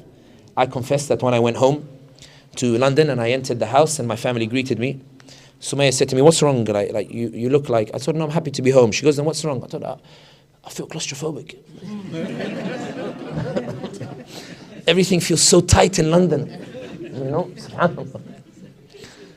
Biden believes that the comforts that you enjoy are such that you will not sacrifice them at all to punish him for a genocide. Biden believes that for you to see Trump on TV says horrible things is a scenario that is so horrible for you that you will forgive Biden for the genocide. The reason why I put it that way is not to mock you in any way whatsoever. It's mainly to gaslight you and emotionally blackmail you. No, it's not that. It's partly that, but it's not that. You know, you can cut that out later. In any case, the point that I'm saying is this. Let's suppose the worst case scenario happens. No, the worst case scenario is genocide. Joe gets a second term. But in any case, let's suppose the second worst case scenario happens, which is Trump comes to power. Ibadallah, let's do a comparison here. Is Trump going to send somebody to seize your home and give it to a white supremacist? Is Trump going to deploy the army to commit a genocide against you? Is Trump going to impose the Muslim ban and make it so you can't see Sami for 4 years? Likely. But don't miss me too much. I promise I'll come after 4 years. And I won't be too upset about it either, even though I might miss America. But I've seen nearly all of it now. I think I've been to nearly every single state. I'm probably more American than most of you here, to be honest. Like, you know, mashallah. Like, I've driven across, mashallah, and, you know, I've been to Mississippi and Tennessee and New York, and, you know, I've been to California and Seattle. You know, Seattle was a very interesting experience, I have to say. You know, yeah, I didn't realize it was the woke capital of America. My goodness, they made it very clear. Yeah, they made it very clear, mashallah. Yeah, but it's a very beautiful city. But in my opinion, one of the most beautiful cities in America I've been to. Like, mashallah, even though it was raining, but I don't mind the rain because I'm from London. Like I said, 5 days of summer. I thought it was beautiful, Seattle. I think everybody should visit it. I don't know about living there, but visit it, yeah. The point is that when you look at the worst thing that Trump will do, it reminds me a lot of, I have my brother Yusuf, he's a businessman in Tokyo. And mashallah, a successful one. Speaks Japanese fluent. Very strange experience when you go to Tokyo and he's next to you. He'll be like to you, I told him, Yusuf, I want to have halal ramen. I want to have Japanese food. I don't want like this fob off, you know. Like, he said, okay, we'll go Japanese restaurant and we'll get ramen and we'll go get halal ramen. So he's ordering for me, you know. Nande, oh, so this guy, arigato. Do you want ketchup with that? Yeah, I'll have ketchup. I liked him, Yusuf, that wasn't Japanese, like that wasn't. It's a very, so anyway, Yusuf, one day we were sitting talking to each other. And I said to him, yeah, Yusuf, you know, al-hayat ad-dunya hadiyya, it's not all about money. Like there's more to life than money. He told me, Sami, wallahi, you're right. Than your Toyota Yaris. And I feel like with this Trump conundrum, it's very similar to that. Because the reality is this, ya ibadallah. The fact that the Democrats believe that genocide is not important enough to you to make you do something to punish genocide, Joe, shows you how little they regard you. The fact that he's still more worried about the Zionist bloc vote than losing the Muslim vote. The fact that the Democrats are saying that the Muslims will forget by November shows you how much they hold you in disdain. Now, right now, I assume sometimes Congress people, they come to see you, right? Now, here's how I imagine they do it usually. The Congress people don't actually research Islam before they come. Because in history, only two minorities have ever demonstrated an ability to punish candidates. One is the Zionists, and the other is the Black Caucasus. Muslims have never really punished anyone. Muslims have delivered candidates, like they delivered Bush in Florida, but they've never really punished candidates, which is why when you tend to vote for someone, they tend to betray you very soon afterwards. That's the difference. This is the first time in American history where the Muslims have a chance to show their ability to punish a candidate. This is the first time that the Muslims have the ability to punish a sitting US president. Now, right now, when the congressperson comes to you, because you never punished anyone, they don't do the research beforehand. They do the research in the car. They're driving towards the masjid, and they will say to their assistant, I want to wow these Muslim audiences. What can I say to wow them? And the secretary will go, things Muslims do. They got a greeting. As-salama as. All right. Assalamu alaikum, everybody. And everybody goes, MashaAllah. It's actually Assalamu alaikum. But but Assalamu alaikum is fine. Or if he comes to you in Eid, he'll be like, Mubarak Eid. And you'll be like, it's Eid Mubarak, but thank you so much for coming. Thank you for giving us the time of day. Thank you so much for coming. I'm not saying that's what you guys do here. I'm not saying that. I'm not saying that. I'm saying I've seen masajid do it. Other masajid. That's when you guys don't have the ability to punish. Now I reckon, and hear me out on this. I reckon that if Muslims punish a sitting US president, and the views expressed are the speaker's own. I'm going back to London. I hope you let me through the border again, but I promise it's just my opinion. And it has nothing to do with the organization. They are innocent. I'm the... I reckon that if Muslims punished a sitting US president, I reckon that when I see a live stream of you guys praying Taraweeh prayers next year, I find the congressperson praying in the back. I reckon that the next time the congressperson comes to this masjid, he will have done his research in such a way that he will stand before you like this and he will say, and everybody, we got a tough, ride ahead, and we got to stay together for our causes and our principles, because as the Prophet Muhammad said, innamal a'malu binniyati. And for those, and genuinely, and another one might come and say, guys, the road ahead is tough. It's tough, the road ahead. But as the Prophet Muhammad would say, inna ma'al usri yusra. Very much possible. Didn't Biden say inshallah and everybody went wild? Didn't Biden say inshallah and everybody went wild? Where do you think he learned inshallah from? Because they told him Muslims like these references. But you're not important enough for him to learn beyond inshallah. But if you punish a sitting US president, if you show the ability to punish, the congressperson will fear that you have the ability to punish, and therefore he needs to take you seriously. But if a sitting US president commits a genocide and wins a second term, because the Muslims say that, yeah, they committed a genocide, and I know these imams are going to emerge very soon. Not the imams here, bismillah, I don't know what they think, they didn't tell me, and these are my views and nobody else's. But you'll get some wise guys who'll come later on before September, they'll say, Ya ibadallah, be calm and think carefully. Yes, there was a genocide, but we're making an application for parking for the masjid. Ya ibadallah, think carefully. Yes, they committed a genocide, but I won't be invited to the White House iftar. Ya ibadallah, yes, they committed a genocide, but and you'll be like, but what? But you know what? Let's think calmly, not emotionally. Why are Muslims so emotional? A woman in Atlanta, to be a bit serious, she stood up after I gave a talk in Atlanta, after I'd finished. And she said to me, Sami, you're here at the wrong time. I told her, what do you mean you're here at the wrong time? She said to me, all of these people here will forget by September. They need somebody to remind them, because when the fever of the genocide leaves, people will start to look and say, do I really want to suffer 4 years of Trump? But ya ibadallah, there is a wonderful tweet that I saw by an American Sudanese activist called Hind Makki, where she said, so Kamala Harris gave a video where she said, we're launching the first campaign to counter Islamophobia. Allah, Allah. Do you think that she's doing it because she actually feels for you? She's doing it because the Democrats got together and they said that these Muzis are angry. Like they're really... No, I'm calling Muzis because they won't give you the respect to call you Muslims. I'm actually being serious. I don't know what's wrong with you people. They're saying, let's throw them a bone that they can chew on. And then they sent an email out. Trump wants to put the Muslim ban, but we stand against it. So I struggled for a bit. I was racking my brains. How do I address this? How do I address this? How do I address this? Not because I have any involvement. I'm a UK citizen. I'll be leaving, inshallah, for whatever. And I'd like to visit America again, if, inshallah. I know I didn't plead in the embassy, but I've grown to love America. So, I'd like the opportunity to come back and try the food scene in Houston and the food trucks. New York skyline is nice. When you go in, it's not so great, but the skyline is lovely, mashallah. And I'd love to come to sunny California in the winter, inshallah, with the lovely sunshine and the Pacific Ocean and the beach, and the halal areas are really nice. The point is that she put the tweet out after they sent an email saying Trump wants to put a Muslim ban, and she said, I want to inform the Democrats that we Muslims survived 4 years of Trump.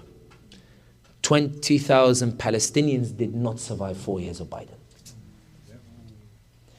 Ibadallah, let me put it to you quite bluntly. You have two bad choices in November, unless Allah subhanahu wa ta'ala intervenes and does something, because Allah is always in charge of affairs. I'm only analyzing based on what's in front of me, but I'm aware Allah can change the situation as He wishes. But supposing your choices in November, Trump and Biden, you are, regardless of who wins, you're in for a tough 4 years. But the only choice that you really have in November is this.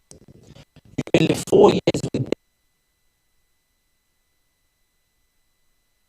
they commit a genocide, there's no way they can win a second term, because all Muslims are ready to struggle and ready to be in discomfort for the sake of their brethren and their ummah on the other side of the world, that they will never give up Palestine, they will never give up Gaza, they will never give up their brothers and sisters, and they will get their justice. If the Muslim leaders won't do it, the Muslims of America will do it, and they will do it, and a rabbi Raza will come from London and plead with them and beg them to do it as well.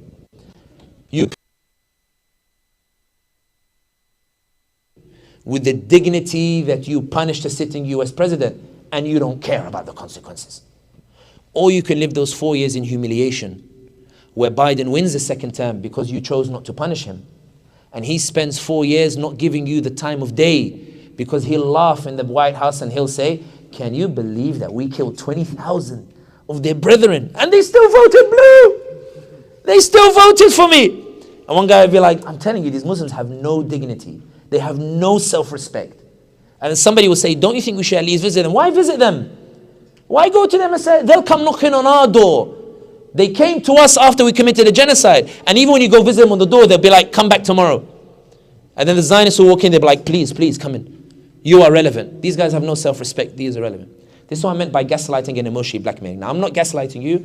I'm not emotionally blackmailing you, even though you may feel it is that way. And if you feel it's that way, maybe inshallah you'll think about why you feel that way, even though I'm not doing it in the way perhaps that I am doing it. But what I'm saying, ya ibadallah, is this. The data shows that Muslims have the potential to have the deciding vote. And I, as somebody from London, am envious of you. Because all the polls in London show, in the UK, show that the opposition party, which also supported the genocide, is set to win a landslide election. Now, it may not be the case, because only Allah knows the ghaib. I thought the Brexit vote would be very tight. I thought the Brexit vote would be a landslide in favor of staying in the EU. And I was so convinced of it, I didn't even go to vote. And then I woke up one day, I woke up the next day, and I said, Inna lillahi wa inna ilayhi raji'un. Open borders is going to be finished soon. Because a bunch of racists, they put some billboards showing Hitler-esque imagery. I should have gone and voted. So I'm telling you as a person who made the mistake. Ya ibadallah, I don't have the ability to make the difference in the UK. But wallahi, you have the ability to make the difference. Wallahi, you have the ability to do something. You have the ability to make us proud. You have the ability to deliver justice. You have the ability to show the world that no one can commit a genocide and win a second term. Allah subhanahu wa ta'ala, it is as if He could have chosen any state in America to be the deciding state. It just so happens that the swing states that will make the difference happen to be the states where the Muslims have the deciding vote. Biden knows this so much that he's been looking for a mosque in Masjid in Michigan, in order to try to find a mosque that will receive him. But who's seen Godfather here?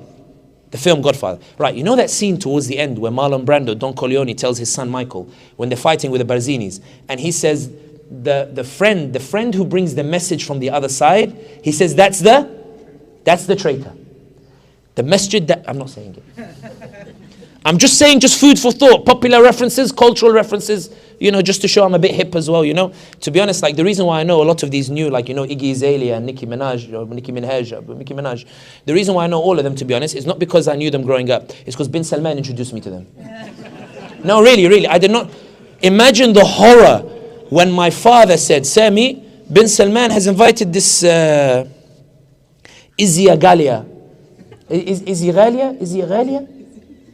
I told him, who's that? So we Googled it and we actually typed in Izzy Agalia instead of Iggy Azalea. Ikhwani, don't search it. And don't search it with your father either. Don't do it. Don't. The idea that the land of the two holy mosques introduced me to that Saraha is the most horrifying thing I think I can think of. And when I thought maybe because her first performance, the trousers ripped, so she had to be taken off stage. So I thought maybe, there would be some like, oh, did someone just Google it? Sister, don't Google it. I thought you Googled it, yeah?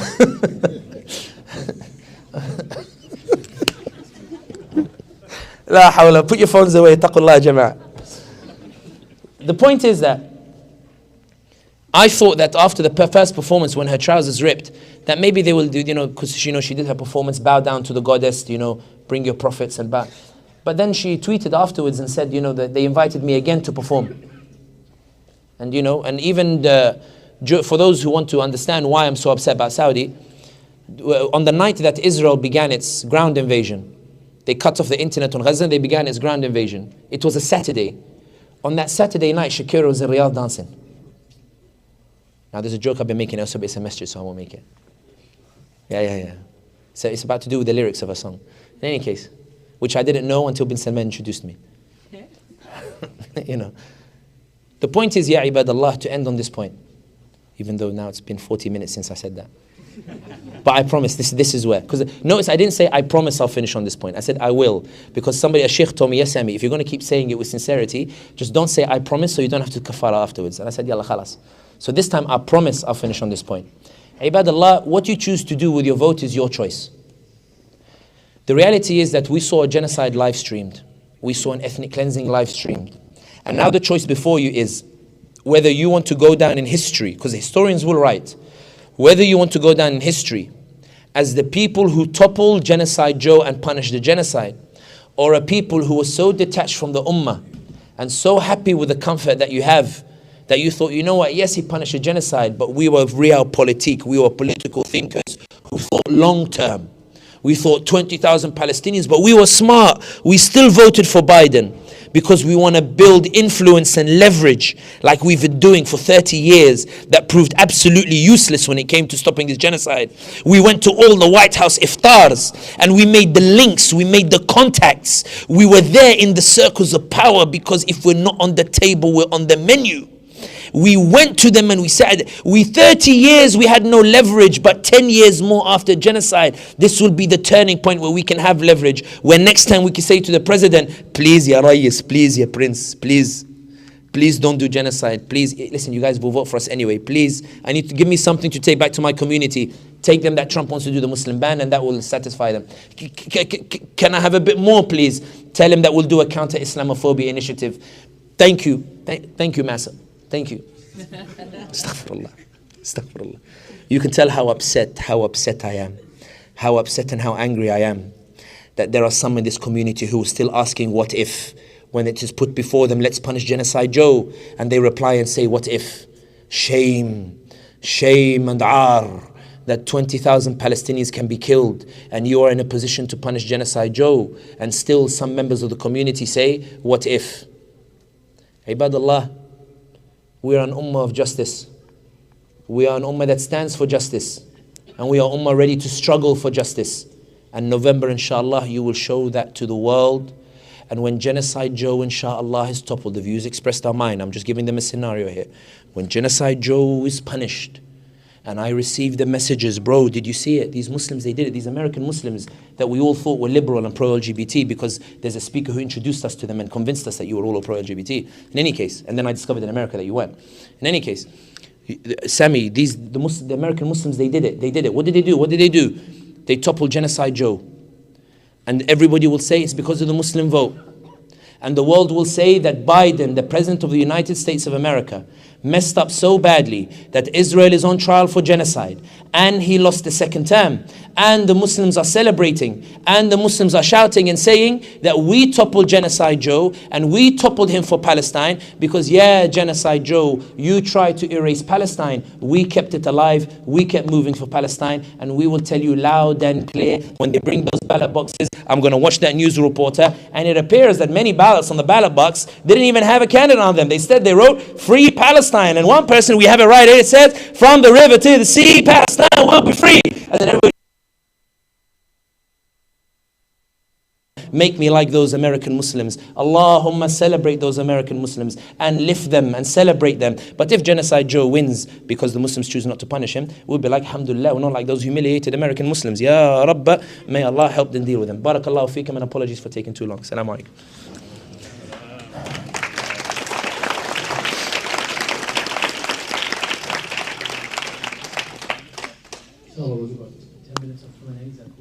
I'm fine. Like, I can stay as long as you want, but it's up to you guys. Whenever you guys are tired, Bismillah.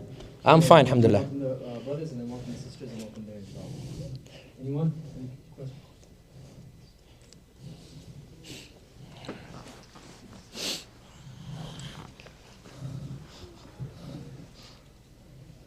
Wa alaikum salam wa rahmatullah. Thank you for your wonderful talk. Barakallah. Was introduced to you by Thinking Muslim podcast. So I'm very sorry to hear that. You mentioned the ICJ ruling and the opening of liability for people to work with companies that work with Israel because of the ICJ ruling. There's a court case now in Oakland. Yes, yes. Federal court case that's just hearing for standing whether the people can actually sue for Biden supporting genocide in Israel. And they have Palestinian American witnesses. One is a journalist from Maryland. She had 90 members of her extended family in Gaza wiped out. And another is a Palestinian doctor who's remotely testifying about the surgeries without anesthesia, etc. And the Biden Justice Department lawyer said these are all heart-wrenching stories, but they are completely irrelevant legally. A'udhu billah. Because there is already a precedent in America. In 2003, Rachel Corrie, a white American woman, was in Gaza defending the houses in Gaza from demolition by the Israelis. And she was run over to her death by a bulldozer. And the family of Rachel Corrie sued the company, Caterpillar, an American company, for aiding Israelis in this crime. And they lost the case because the government successfully argued that this is an international relations issue, this is an international politics issue. There's no jurisdiction for the courts to get involved in international issues, that is the executive privilege. And this, now in 2024, the Justice Department lawyer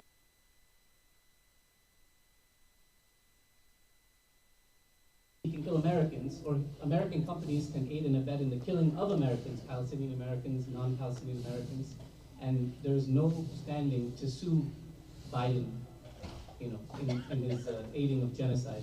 So basically, the judge said it's very difficult. I assume that he's going to side with the government and say there's already a precedent.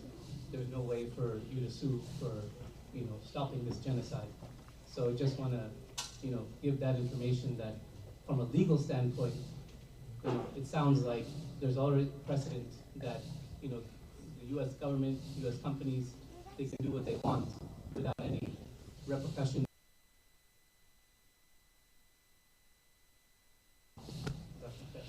Not just the ballot box. If you really organized well, and I don't know if you'll be able to do this, not because it's not possible, but because I don't know if the Ummah will be able to organize properly for this, the Americans here. There's a way you can punish Biden at the presidential election and deny Trump the House. Like, you can punish Biden in the presidential election, make sure he loses, and you can deny Trump control of the House, which would require you to identify the areas where you can actually make a difference. I was shocked to discover that there are some areas where the candidate in the last election won by like 2,000 votes, in an area with 10,000 registered Muslims, of which only 2,000 Muslims went to vote. Which means the 8,000 Muslims who didn't vote could have tipped the favor one way or the other. Now for these people, I always say that, you know, there's an ayah in the Quran, وَاللَّهُ لَيْسَ بِظَلَّامٍ لِلْعَبِيدِ. Allah is not oppressive to His believers. So sometimes when you find a humiliated people, there's a reason they've been humiliated. And often it's because Allah gave them the ability to do something to make change, and they chose not to deploy that power to make change. That's why when Allah told Musa alayhi salam to tell His people to go to enter the area, to enter where Jerusalem is, and they said, well, we won't go because there's a powerful people there. The odds are against us. The world is against us. We can't do it. And He said, Allah has given you the order. And they replied sarcastically, mocking Him. They said, اذهب أنت وربك فقاتل إنها هنا قاعدون. If Allah has said it, go you and your Lord and fight. We'll be here waiting and we'll see what happens.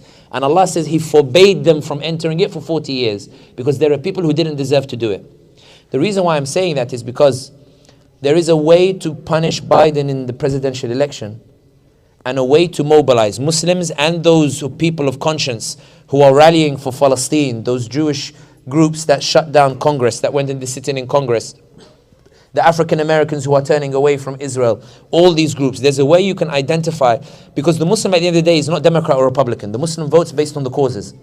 The Muslim mobilizes based on causes. Ali ibn Abi Talib said that we don't judge causes based on who stands with them.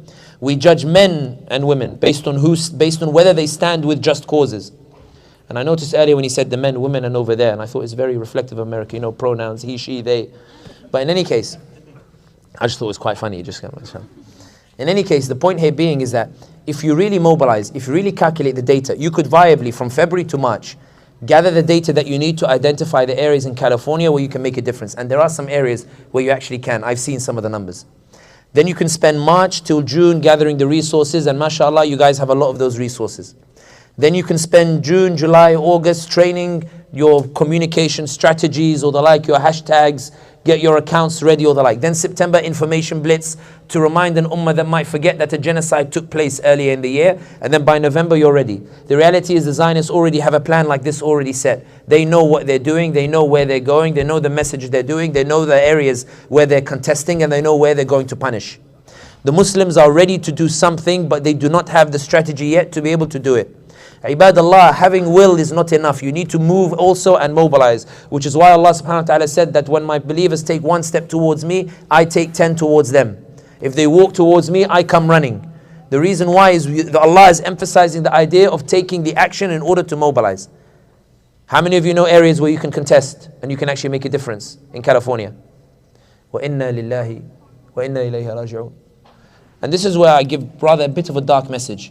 Ibadallah, Allah subhanahu wa ta'ala, sometimes He gives opportunities, but that doesn't mean you will take those opportunities. The fact that you have the chance to punish Biden doesn't mean you will. Because to take that chance, you need to move, act, mobilize, and struggle. You need to give from your time to volunteer. You need to give from your money to sponsor those where you might say, I went to, for example, to some places where they said, Sami, our state is not a swing state. It's dead set going to vote Biden. And one of them stood up and said, but I have an idea, Sami. I said, what's your idea? He said, we're an affluent community in this particular city. This is not California, it's another city. He goes, we can gather resources to send 12, 20, 30, 40 people to help the brothers in Michigan. Or to help those in Arizona where it's a swing state. We can pool our resources the way Zionists do to push for teams to do so. Tech guys from San Francisco said we'd be willing to go fly out to these other places to help them with their tech campaigns, the local tech campaigns. Because I don't know how to make an app. But I do know that people are willing to entertain this. I remember after Atlanta when I spoke, and the reason why I say Atlanta, I was so happy to speak in actual swing state. Not that I'm doing anything in this country, everything within the law. A man of 75 years of age came to me and said to me, Sami, look, Elon Musk has blocked my Twitter account. And it said we have suspended your account because we think you're a bot. I told him, Haji, what happened? He said, I never had social media, but I saw your video and you said retweet, like, and it all makes a difference. So I asked my grandson to set me an account on Twitter, TikTok, and Instagram. But I don't know how to use it. So on the TikTok, on Twitter, I was just retweeting and liking everything that the Palestinians were doing, like you said. But now they've blocked me. I told him, but Haji, can I just ask a question? He said, what? I told him, did you actually tweet though? He goes, why would I tweet? You said just retweet and like. I said, yeah, but Hajji, like, you got to retweet. You got to tweet so they know you're a person and then do the retweeting. He goes, well, what do I tweet? I have nothing to say. I don't know, why don't you just write in the morning, good morning, and in the evening, good night? The reason why I tell you this story is to show you, ya ibadallah, do we have a strategy to simplify the information to such an extent that those who are desperate to do something for Palestine are able to do it? Some people don't need the complicated strategy. Some people just need simple instructions on what to do. Those of you who are involved in tech, I'm in California, there's a lot of tech guys, right? I've seen other minority groups set up apps where all you have to do is put your postcode, or zip code as you guys call it here.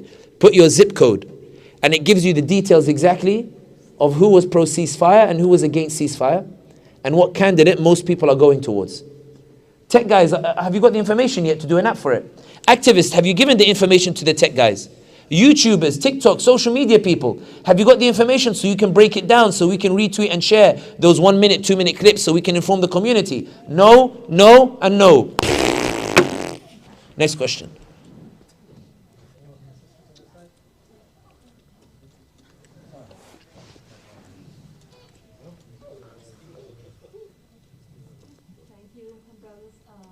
Sami, I've been following your Thinking Muslim podcast. My apologies. I would like to thank you for coming here, and may Allah preserve you and Ameen, amplify your inshallah. efforts.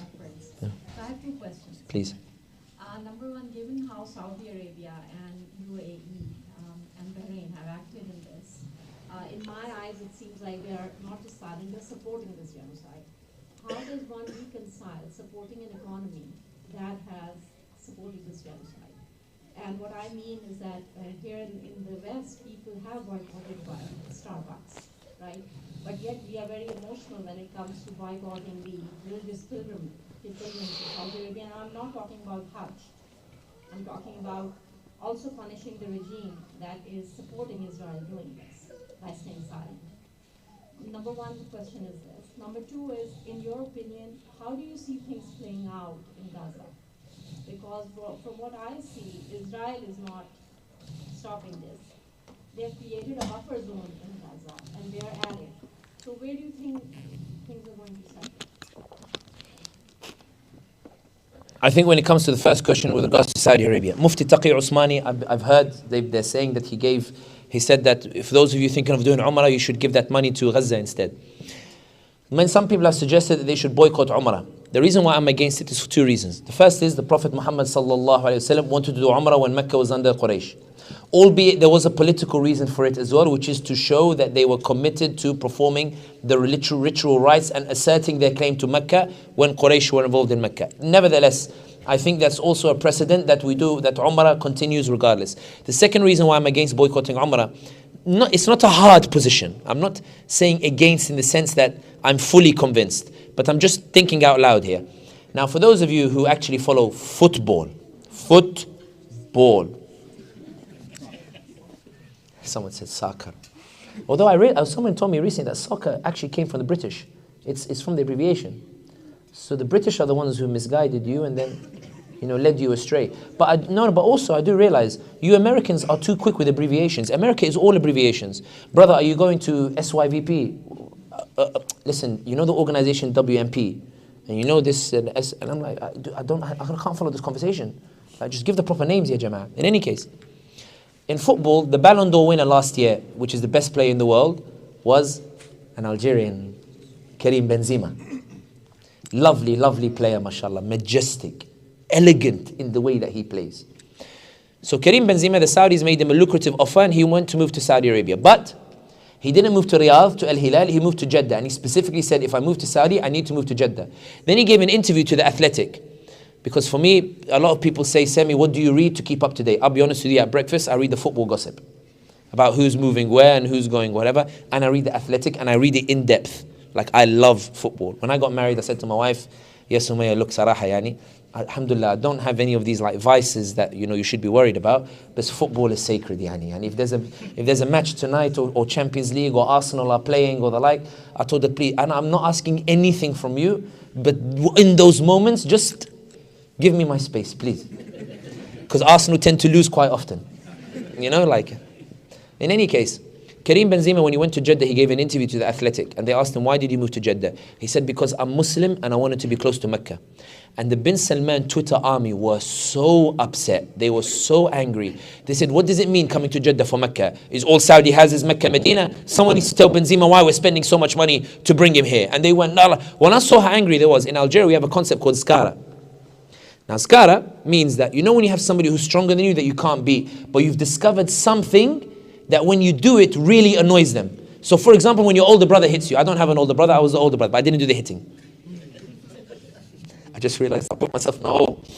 In any case, but let's say for example, an older brother is hitting the younger sibling, and you know the other sibling goes, you're stupid, don't call me stupid, you're dumb, no, don't call me dumb. But you know it hurts them, so you keep doing it, skara fih, because it annoys them. My conclusion was that because Bin Salman's people were so upset that Benzema went to Jeddah for Mecca and Medina, and because more people go to Mecca and Medina than they go to Iggy Azalea's raves, I think people should continue going to Umrah as skara fi Bin Salman. Like skara. So that Bin Salman, no matter how much he does Vision 2030, he cannot get rid of the Islamic identity of Saudi Arabia. He can build whatever projects he wants, whatever cities he wants. Saudi will always be the land of the two holy mosques. Whatever, even if he decides to change the history from 1744 to 1727, and he does a new emblem where he says Saudi is represented by the logo of a horse, the logo of a souk, a market, the logo of a date, and the logo of whatever, and a flag that has nothing on it. Even when he does all of that, the Muslims will remind him. So I think that with Saudi, in terms that's in that particular case, I'm not sure that it's keen to boycott them. You mentioned the issue of being silent on Saudi Arabia, and I will give you a personal answer. While I would like the Ummah to be loud about Bin Salman's de-Islamization process on Saudi Arabia, one of the things that I'm not sure about is whether my way of going about it was the right way, which is to be loud about Saudi Arabia and talk about it. Because I can't lie to you, I'm the kind of guy on my Facebook or Instagram, when I see anyone put a picture of the Kaaba, I do snooze for 30 days. When I see anybody post a picture, I've landed in Mecca, like to go and do Umrah or the like, I do snooze this account for 30 days. When I see people taking pictures, I'm in the Kaaba, Allah has given me the blessing, I'm not the person who says, MashaAllah, I'm a person who does snooze for 30 days. It hurts me that people can go and I can't go.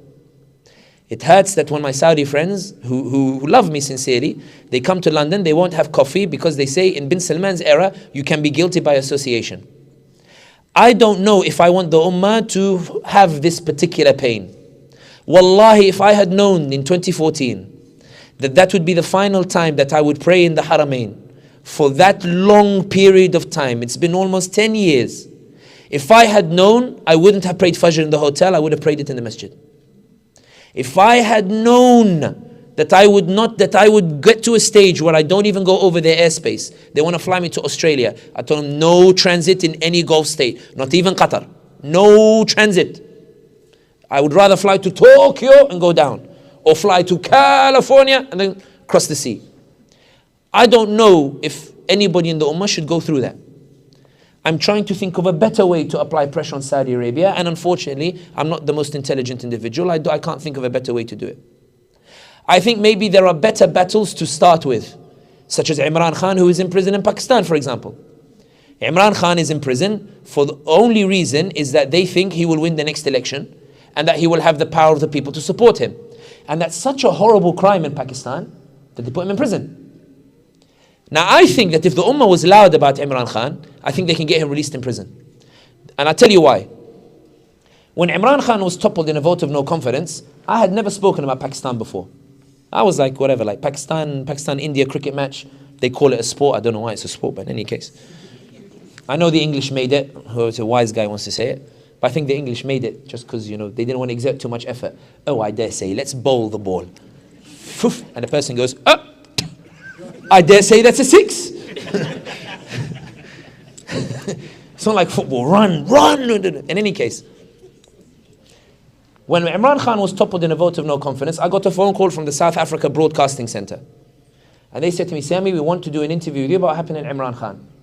I told them, guys, like, I can give you numbers of Pakistani analysts. They said, no, we want you. I said, guys, like, honestly, like, I don't think it's my position to talk about Pakistan. They said, no, we want you. I said, khalas, yallah. And I was like, who's going to watch it anyway? And I respect South Africa Broadcasting Center, but I don't think it's going to go viral. So I gave my opinion. He's been toppled because he wanted to suggest a successor for the chief of staff and the intelligence. And they were so horrified that a democratically elected prime minister would even think for a second that he has the power to tell the establishment to do anything. Somebody from PTI cut the clip and it went viral like online. And then I got establishment people calling me, telling me stay out of Pakistan's business. And then I saw Pakistani sharing the video. And I saw establishment getting upset. And as a North African whose blood can be a bit hot-tempered sometimes, I said, given that they're upset by it, and given they're telling me not to do it, I decided to keep talking about Imran Khan. Skara fihim. I believe that if the Ummah roars about Imran Khan, they can get him released. Some people, they tell me, yeah, but Sami, we don't know the internal politics. Maybe, some people are saying because of economic policies or politics. I tell them, guys, if Imran Khan was toppled because of his internal politics, fine. But he wasn't. He was toppled only because they think he's going to win the next election. And yes, Sidi, let's suppose it's because of his politics. Yeah, do the election and let him lose the election. And khalas, we'll all be quiet. But this ummah isn't an ummah that stands for the rest of its body. It stands for Palestine because Allah gave it a special status in the Quran. But many Muslims don't know that the Bosnians are under pressure from the Serbians who are threatening another war.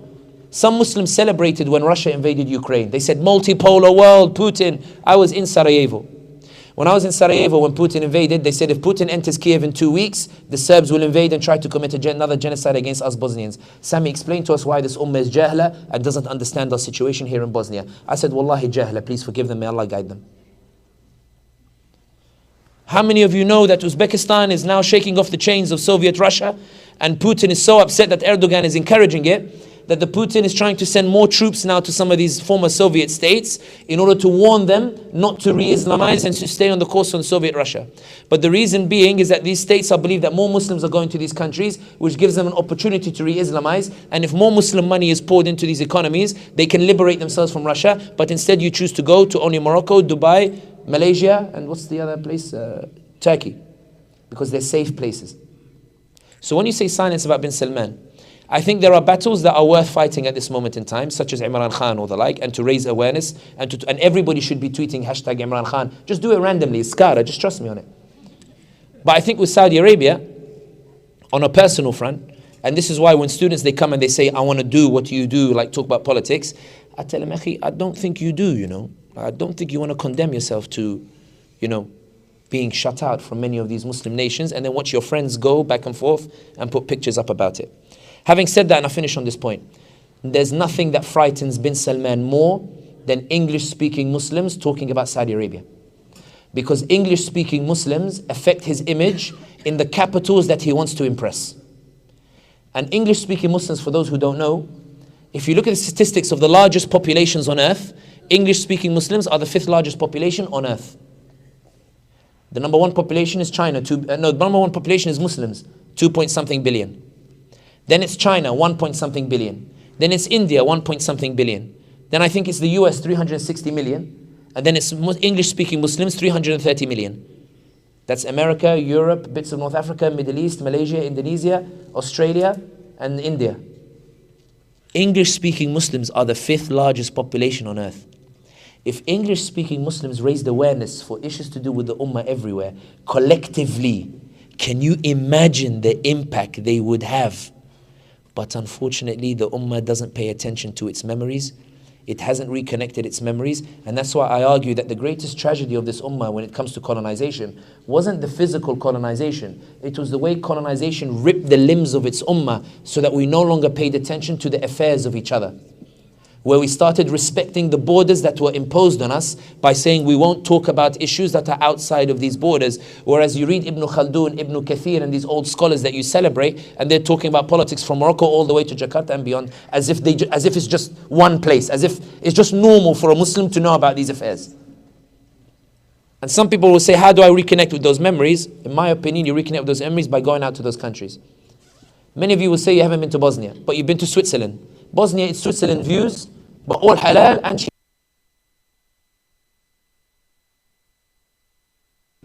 You decided to put your money in an economy that hates you instead of an economy that desperately needs you. And some of you might be thinking, Sami, like you're giving us these little, like whatever, like examples, that kind of thing. I'll tell you an interesting story, and I promise I'll hand over here. You know, sometimes a shaykh b'shay yudhkar, and please tolerate me just for this particular one. I'm aware sometimes, you know, my family, sometimes they say, Sami, he goes through the gears. First gear, and then he goes straight to fifth gear.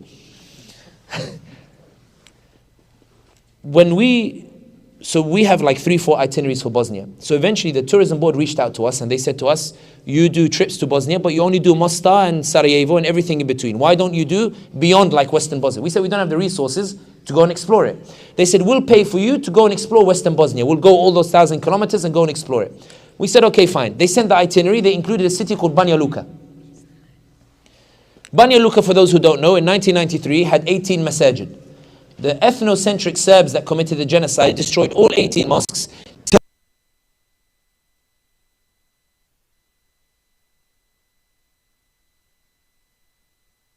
Islam. And that we won here. When I saw it on the list, I told my wife, I told her, over my dead body, I'm going Banja Luka. I'm not going, no way. I'm not betraying my Bosnian brothers and sisters by going. I read about it, I read Ali Izetbegovic's book, I know the Bosnian history, I'm not going. She told me, shh, be quiet, he can hear you. I said, I'm not going, no. She told me, let's just go see it. And then the guy heard me, he said, Sami, let's just go see it. Just have a look at it, we won't stay the night there. I'm not going Banja Luka. Sami, let's go. I'm not going Banja Luka. And then my wife, as all wives do, put her foot down. We're going. And I was like, astaghfirullah. So we're driving. And for those who don't know Bosnia, basically the roads are literally up a mountain, down a mountain, up a mountain, down a... There's a joke they say in Bosnia, they say, if Allah ironed Bosnia, it would be the size of the United States. So on the way going to Banja Luka, I'm going, astaghfirullah, Allahumma, I'm a traitor, I'm so weak. Ya astaghfirullah, I'm going Banja Luka. And then we go around the place and then we see Banja Luka, it starts to appear. First thing you see is a minaret. We stop by the Farhadiya Masjid. We walk in, the Imam comes out, and I do what Sami does. He puts his foot in it. I go in, the Imam says, Assalamu alaikum. I was like, Imam, what are you doing here? He said, what do you mean, what am I doing here? This is Banja Luka. He says, okay, and? Where did this come from? He says, in 2002, he was 22 years old. The Bosniak community, the Muslims, their hearts were broken that the masajid in Banja Luka had been destroyed, and they felt that the Mladic and Karadzic who committed the genocide could claim that they achieved their aims by kicking out Islam from Banja Luka. So with their limited resources, because they're not a rich economy, they gathered money together, pooled money together to send this Imam of 22 years of age to Banja Luka with a quest to rebuild the 18 masajid. I said to him, but how did they let you do it? He said they didn't initially, the local government, because they created a semi-autonomous area in northern Bosnia called the Republic of Srpska. And we asked, what are the conditions to protect the masajid under UNESCO conditions? UNESCO said 90% have to be original materials. Look at my ummah.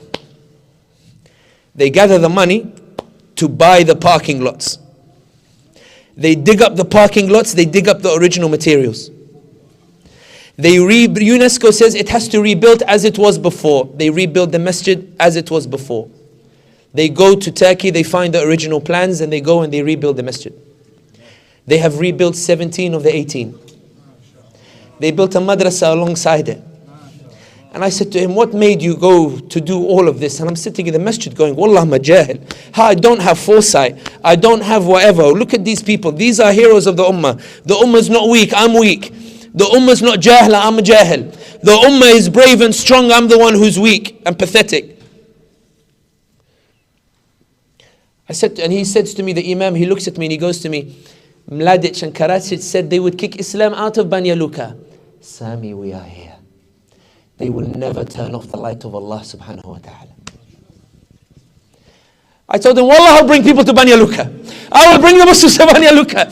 I will include it on the itinerary. Sumaya, we have to include it on the itineraries. The Muslims have to come to Banja Luka. They have to come to the madrasa. They have to come whatever.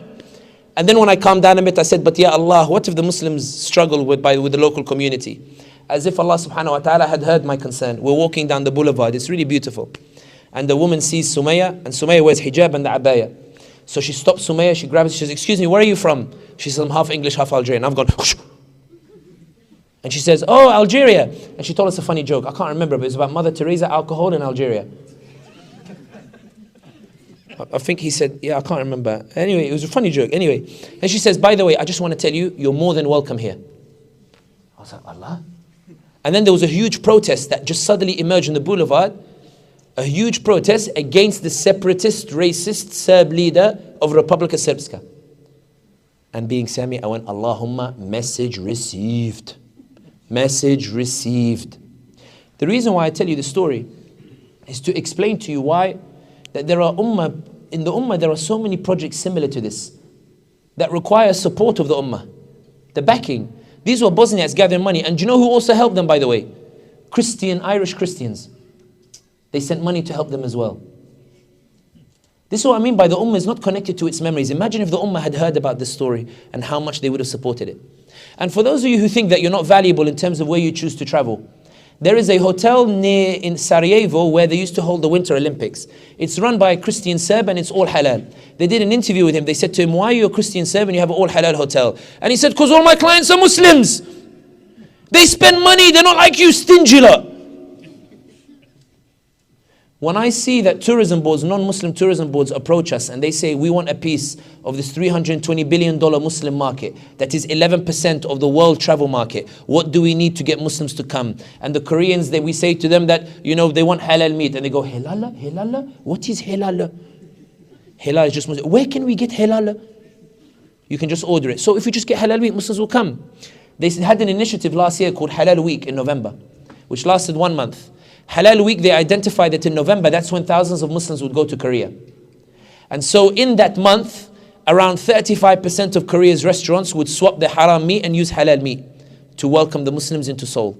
And they would get chefs who would do live performances of how to make Korean dishes with halal meat to welcome the Muslims. When we spoke to Barbados, they said, we want Muslims to come. We said, yeah, but halal meat is hard to get by. They said, what's halal meat? Oh, it's just the meat. They would just give us 2 weeks notice and the Hilton will produce halal meat for you. Just let us know when you're coming. Really, is that simple? Yeah. Your beaches are full of bikinis. They said, is that a problem? We said, it's a big problem. I'm just saying.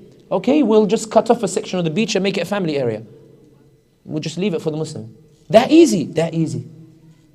Spanish Tourism Board. We gave a presentation last year. We were arguing that the next stage of Muslim travel is city tourism instead of nation tourism. The English people, sometimes they go Paris 6 days, for example. We believe that there are cities in the Muslim world, like Cordoba, like Bukhara, that deserve 5 days.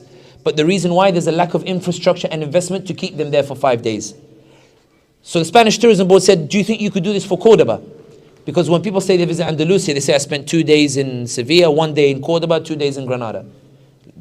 They think it's a big thing, but it sounds like they just want to fill up gas in Cordoba and they just pass the city. When we did it for them, we thought there would be backlash. The church was upset. They said, why are they investing so much in halal tourism? Spanish Tourism Board said, look, we're in an economic crisis. These Muslims spend money. We want them to come. We're ready to give them halal meat. And also the hotels, they're ready to get halal certification. And 2 hotels already have halal certification because they want Muslims to come and spend their money. Sometimes we think that resistance is only in speaking out. And this is why I wanted to get to this point. Sometimes we think resistance is speaking out. But what I've learned sometimes is that there are battles that are fought in all different domains that make an impact overall. I've seen 2 nations agree to invest in a city in Uzbekistan. They agreed to invest, I think it was about 10 million. I was invited as an independent consultant because Sumaya couldn't go. She told me, go in my place. They agreed that they should invest in this city. What they're arguing over is whether they should call it the Islamic capital of Uzbekistan or the Uzbek capital. The Islamic cultural capital of Uzbekistan or the Uzbek cultural capital of Uzbekistan.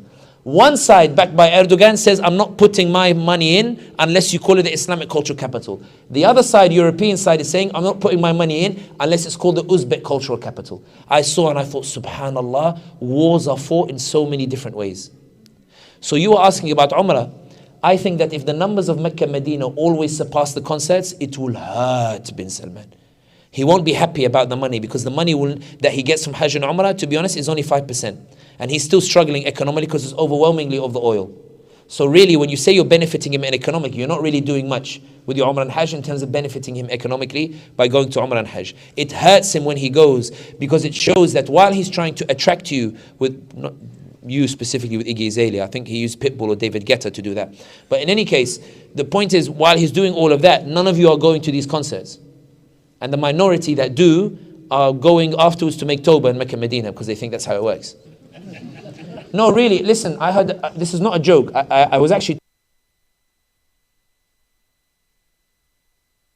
vices, and he went to his local imam and he said, you know, imam, you've been telling me that if I don't stop, I'm going to go Jahannam. You're a liar, imam. He said, what do you mean? He goes, nothing I do compares to genocide. Hellfire wasn't made for people like me. It was made for people like those Zionists who are committing that genocide. I'm fine. Don't you worry about me. These people are pure evil. They do nothing what I do. The point that I'm making here is, there are other ways in which you can make a difference, ways that you didn't think, and ways that will make a difference as well. Hong Kong has a unique website only for Muslim travelers to tell Muslim travelers come. Da'wah can be done in so many different ways if only you knew. If only you knew. And the final point, I promise this is the final point. I know it's a long answer to your question. I'm sorry. It's like you said, where's your ear? And I did that and I still haven't found it. But the point is that, the final point that I will say is this. Da'wah can be done in so many different ways. And the reason why I emphasize this point is that it's important to put the world into context. Yes, the Muslim world is struggling, but Islam is consistently the fastest growing religion. Yes, they are persecuting Muslims abroad, but Islam grows more and more in the belly of the beast. Yes, they are trying to wipe out Islam elsewhere, but they cannot understand why every time they do it, like they're pummeling Gaza, they can't understand why people are entering Islam when they're pummeling Gaza. They can't understand why more people enter the deen the more they hit Islam. It's because Islam is protected by Allah subhanahu wa ta'ala. I went to France and I met a French journalist. I don't know what I'm doing. It's just I'm desperate to really push this point. I went to France and I met a journalist. And I said to this journalist, he was like to me, you know, Sami, on a grand problème. We have a huge problem. I said, c'est quoi le problème? What's the problem? This one didn't tell me I speak English. He actually spoke to me in French. He said to me, you know, the new French generation, their heroes are the Muslim N'Golo Kante, the Muslim Karim Benzema, the Muslim Zinedine Zidane, the Muslim Paul Pogba. Sami, this is tragic. Like the French values, like this new generation won't know what French values are. The same way the Zionists are concerned that the new generation of Americans no longer support Zionism. When they said to TikTok, we need you to restrict Palestine, TikTok said, you guys are mistaken. It's nothing to do with the algorithm. It's just the new generation are pro-Palestinian. And that's what I mean in that when you're asking about Saudi or the like, or what can you do to bin Salman, Ghassan Abu Sitta has a good podcast with a Thinking Muslim, which I encourage you to watch, where he says, we survive by existing. We win by existing. We win by upholding the symbolism. Because what we're telling the world is that no matter how much you persecute and torture the Muslim Ummah, we will never give up La ilaha illallah Muhammad Rasulullah, even if it means we'll get the comforts that you promise us. Because the Prophet sallallahu alaihi wasallam is dearer to us, as Imran Khan said, is dearer to us than anything that we own, and we are ready to sacrifice everything for his honor and for his Lord Allah subhanahu wa ta'ala. And I think that when you see the power in this sentiment, a power that was reflected in Algeria when the French left Algeria, what hurt them so much was that they said 132 years of a civilizing mission, and these Algerians still took to the streets. And when they celebrated independence, they didn't say, oh, we kicked out the French, Algeria is free. They said a special chant. They said, Ya Muhammad Mabruk Alik, Ya Al-Jazair Raj'at Lik, O Muhammad, Prophet Muhammad. They shouted, the Algerians, on independence to show you how much they love the Prophet. They shouted on the streets, Ya Muhammad Mabruk Alik, O Prophet Muhammad, congratulations, we have returned Algeria to you. We have returned out. And the French said, how is it 1400 years after the death of Prophet Muhammad sallallahu alaihi wasallam, that no matter how much we persecute and commit genocide on these people, they still love this Prophet Muhammad sallallahu alaihi wasallam more than they love our values and our culture. And bin Salman is terrified that no matter how much he de-Islamizes Saudi Arabia, this ummah will never buy into this new vision. And more importantly, it seems the Americans aren't buying into it either, because 8 years into Vision 2030, and he's still desperate to get investment, and he's still trying to offer normalization in exchange for support, because companies are going to Saudi Arabia, but they're not investing in Saudi Arabia. They're taking government checks to build his cities, but refusing to set up headquarters there, because nobody wants to live in those cities. They all want to go. I know that was a long-winded answer, but it was the only way I knew how to answer it. Next question. Last question. Jazakallah, assalamu alaikum. Thank you so much for this wonderful talk. I'm a student of international relations at the university level, so this is particularly interesting to me.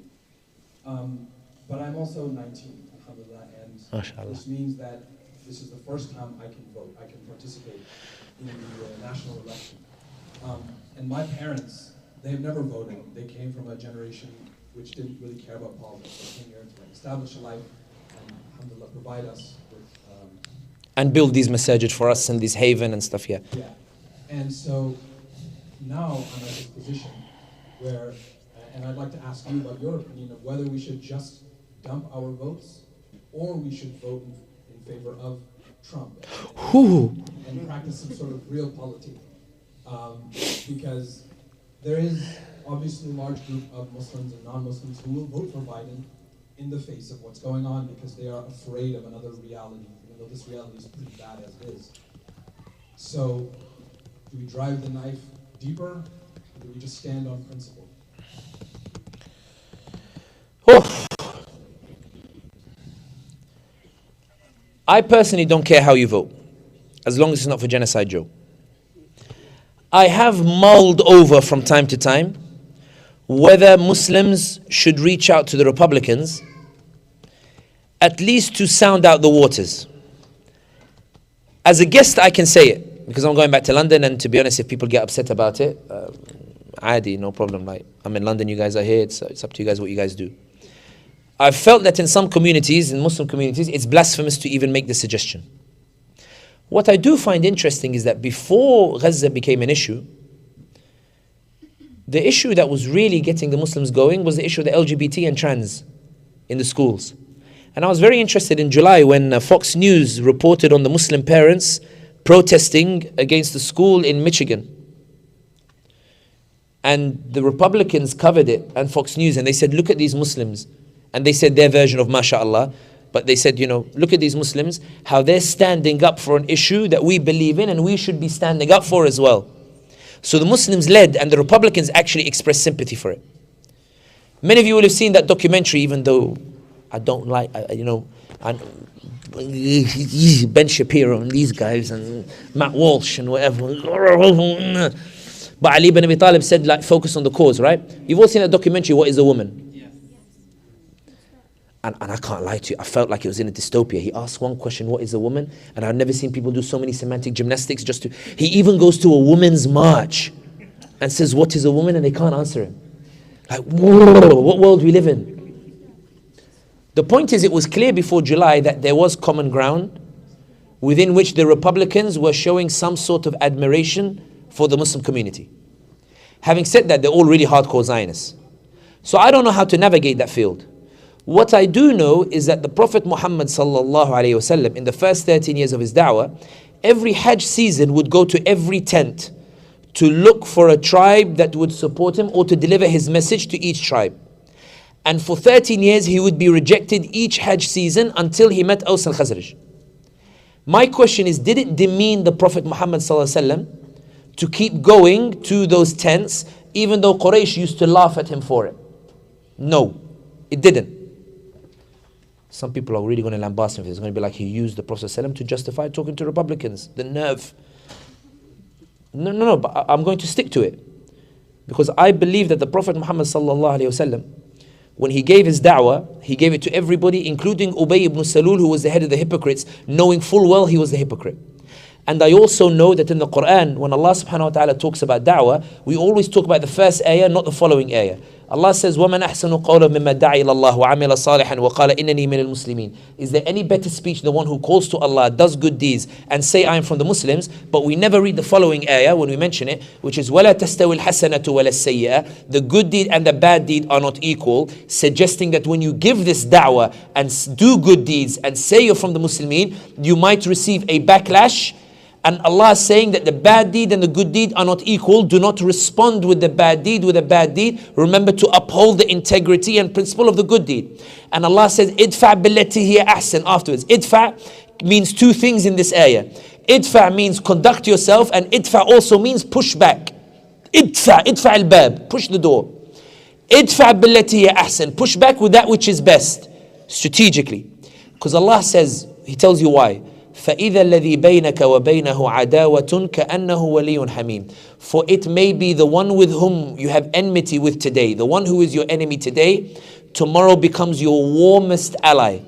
And Allah tells you who achieves this. وَمَا يُلَقَاهَا إِلَّا الَّذِينَ صَبَرُوا. The ones who achieve this are the ones who are patient. Patience here, Allah is defining it not as patience sitting at home. Patience with the process of da'wah to somebody who hates you, who is your enemy. And Allah is saying, if you show perseverance in this da'wah, Allah will make it so the one who is your enemy today, tomorrow becomes your warmest ally. وَمَا يُلَقَى إِلَّا الَّذِينَ صَبَرُوا وَمَا يُلَقَاهَا إِلَّا ذُو حَظٍّ عَظِيمٍ. Those who have a great blessing, meaning Allah's intervention is what results in the enemy becoming a warmest ally.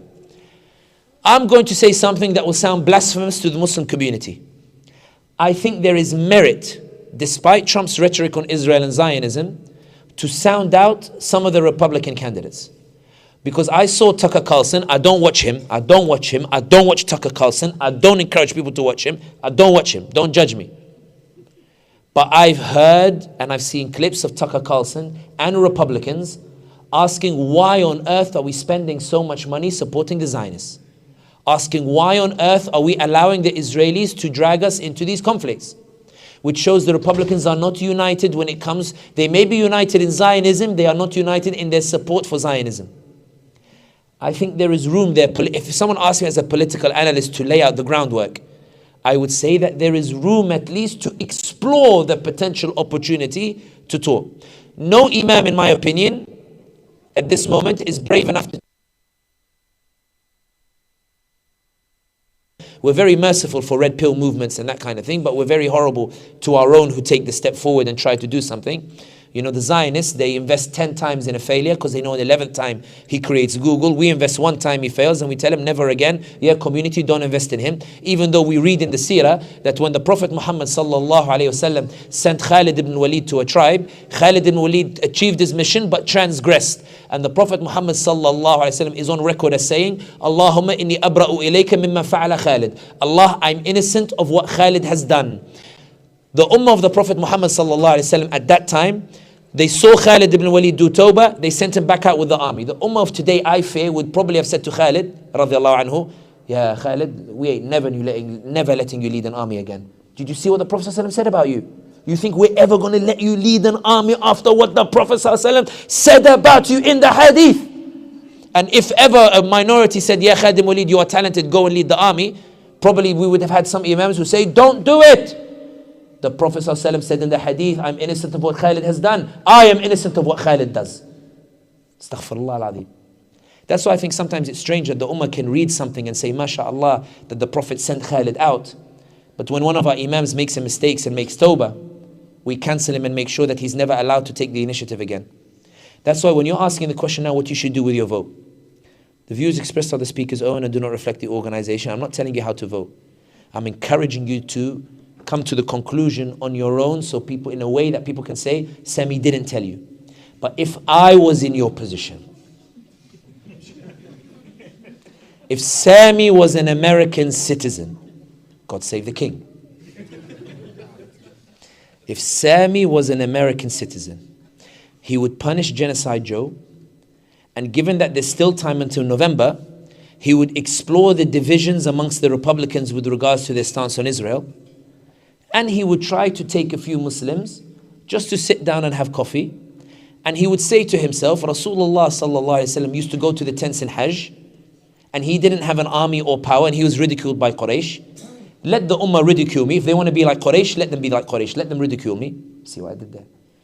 Let them ridicule me. And let me go and sound out the Republicans. لَعَسَى لَعَلَّ وَعَسَى. Maybe. I discover they're not as united on Israel as they seem to be. And they will say to the Muslims, you promise to punish Biden. And maybe we can work together on other issues. I don't know if it will work. What I do know is this, and I promise this is the final sentence. I promise. What I do know is this, ya ibadallah. We may not punish Genocide Joe even if we try. It may well be Allah has written something different. Musa alayhi salam and Khidr. Musa has one interpretation of a situation and he denounces it. Khidr has a different because he knows the unknown. Musa is not necessarily wrong alayhi salam, but Allah is showing He's in charge and He guides the outcome as He wishes. I don't know what Allah subhanahu wa ta'ala has in terms of the outcome. What I do know is that my intention is to punish Genocide Joe for the sake of the Palestinians in the way of Allah subhanahu wa ta'ala. I ask Allah to make my path easy to achieve the justice and to give me the wisdom to identify where the correct path is. And if this path will lead to harm, to guide me in a way off this path, even if I continue to go on it. That's what I want Allah subhanahu wa ta'ala to do.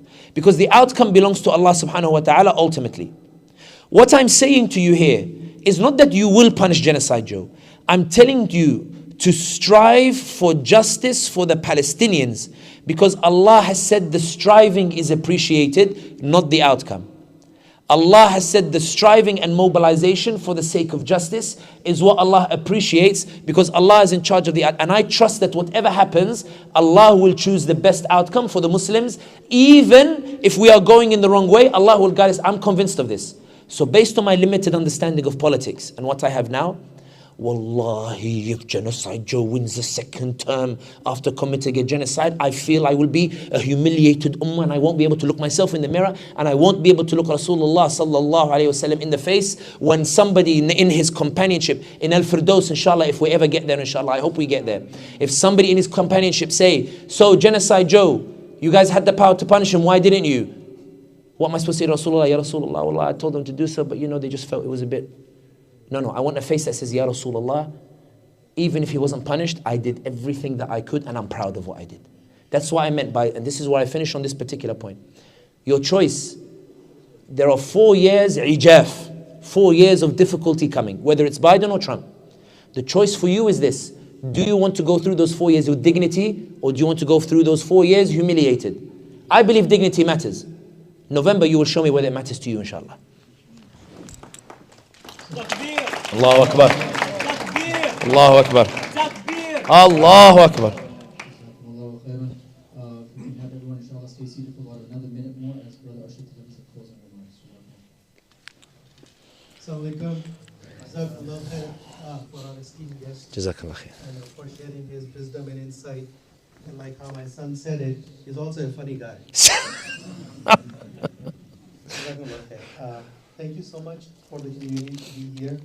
I do want to remind in honor of the Quran, إِنَّ اللَّهُ لَا يُغَيِّرُ مَا بِقَوْمٍ حَتَّى يُغَيِّرُوا مَا بِأَنفُسِهِمْ. Says Allah does not change people until they change themselves. So I think we've heard the invocation. Jazakumullah khair for coming and sharing the compassionate unity message that you have for our community. It is up to us. A small step, inshallah, is what is necessary. We all probably know what to do. It's probably a time to do what we really believe in. Jazakumullah khair. Thank you so much for coming here. Assalamu alaikum. Wa alaikum salam. Oh yeah, and one more thing. We do have a voter registration drive. CARE has set up a table out there. Please go up there. They do have a flyer.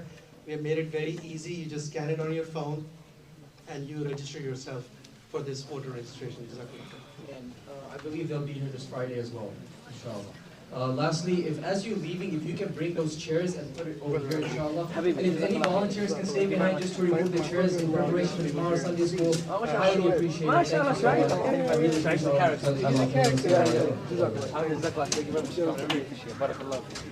you.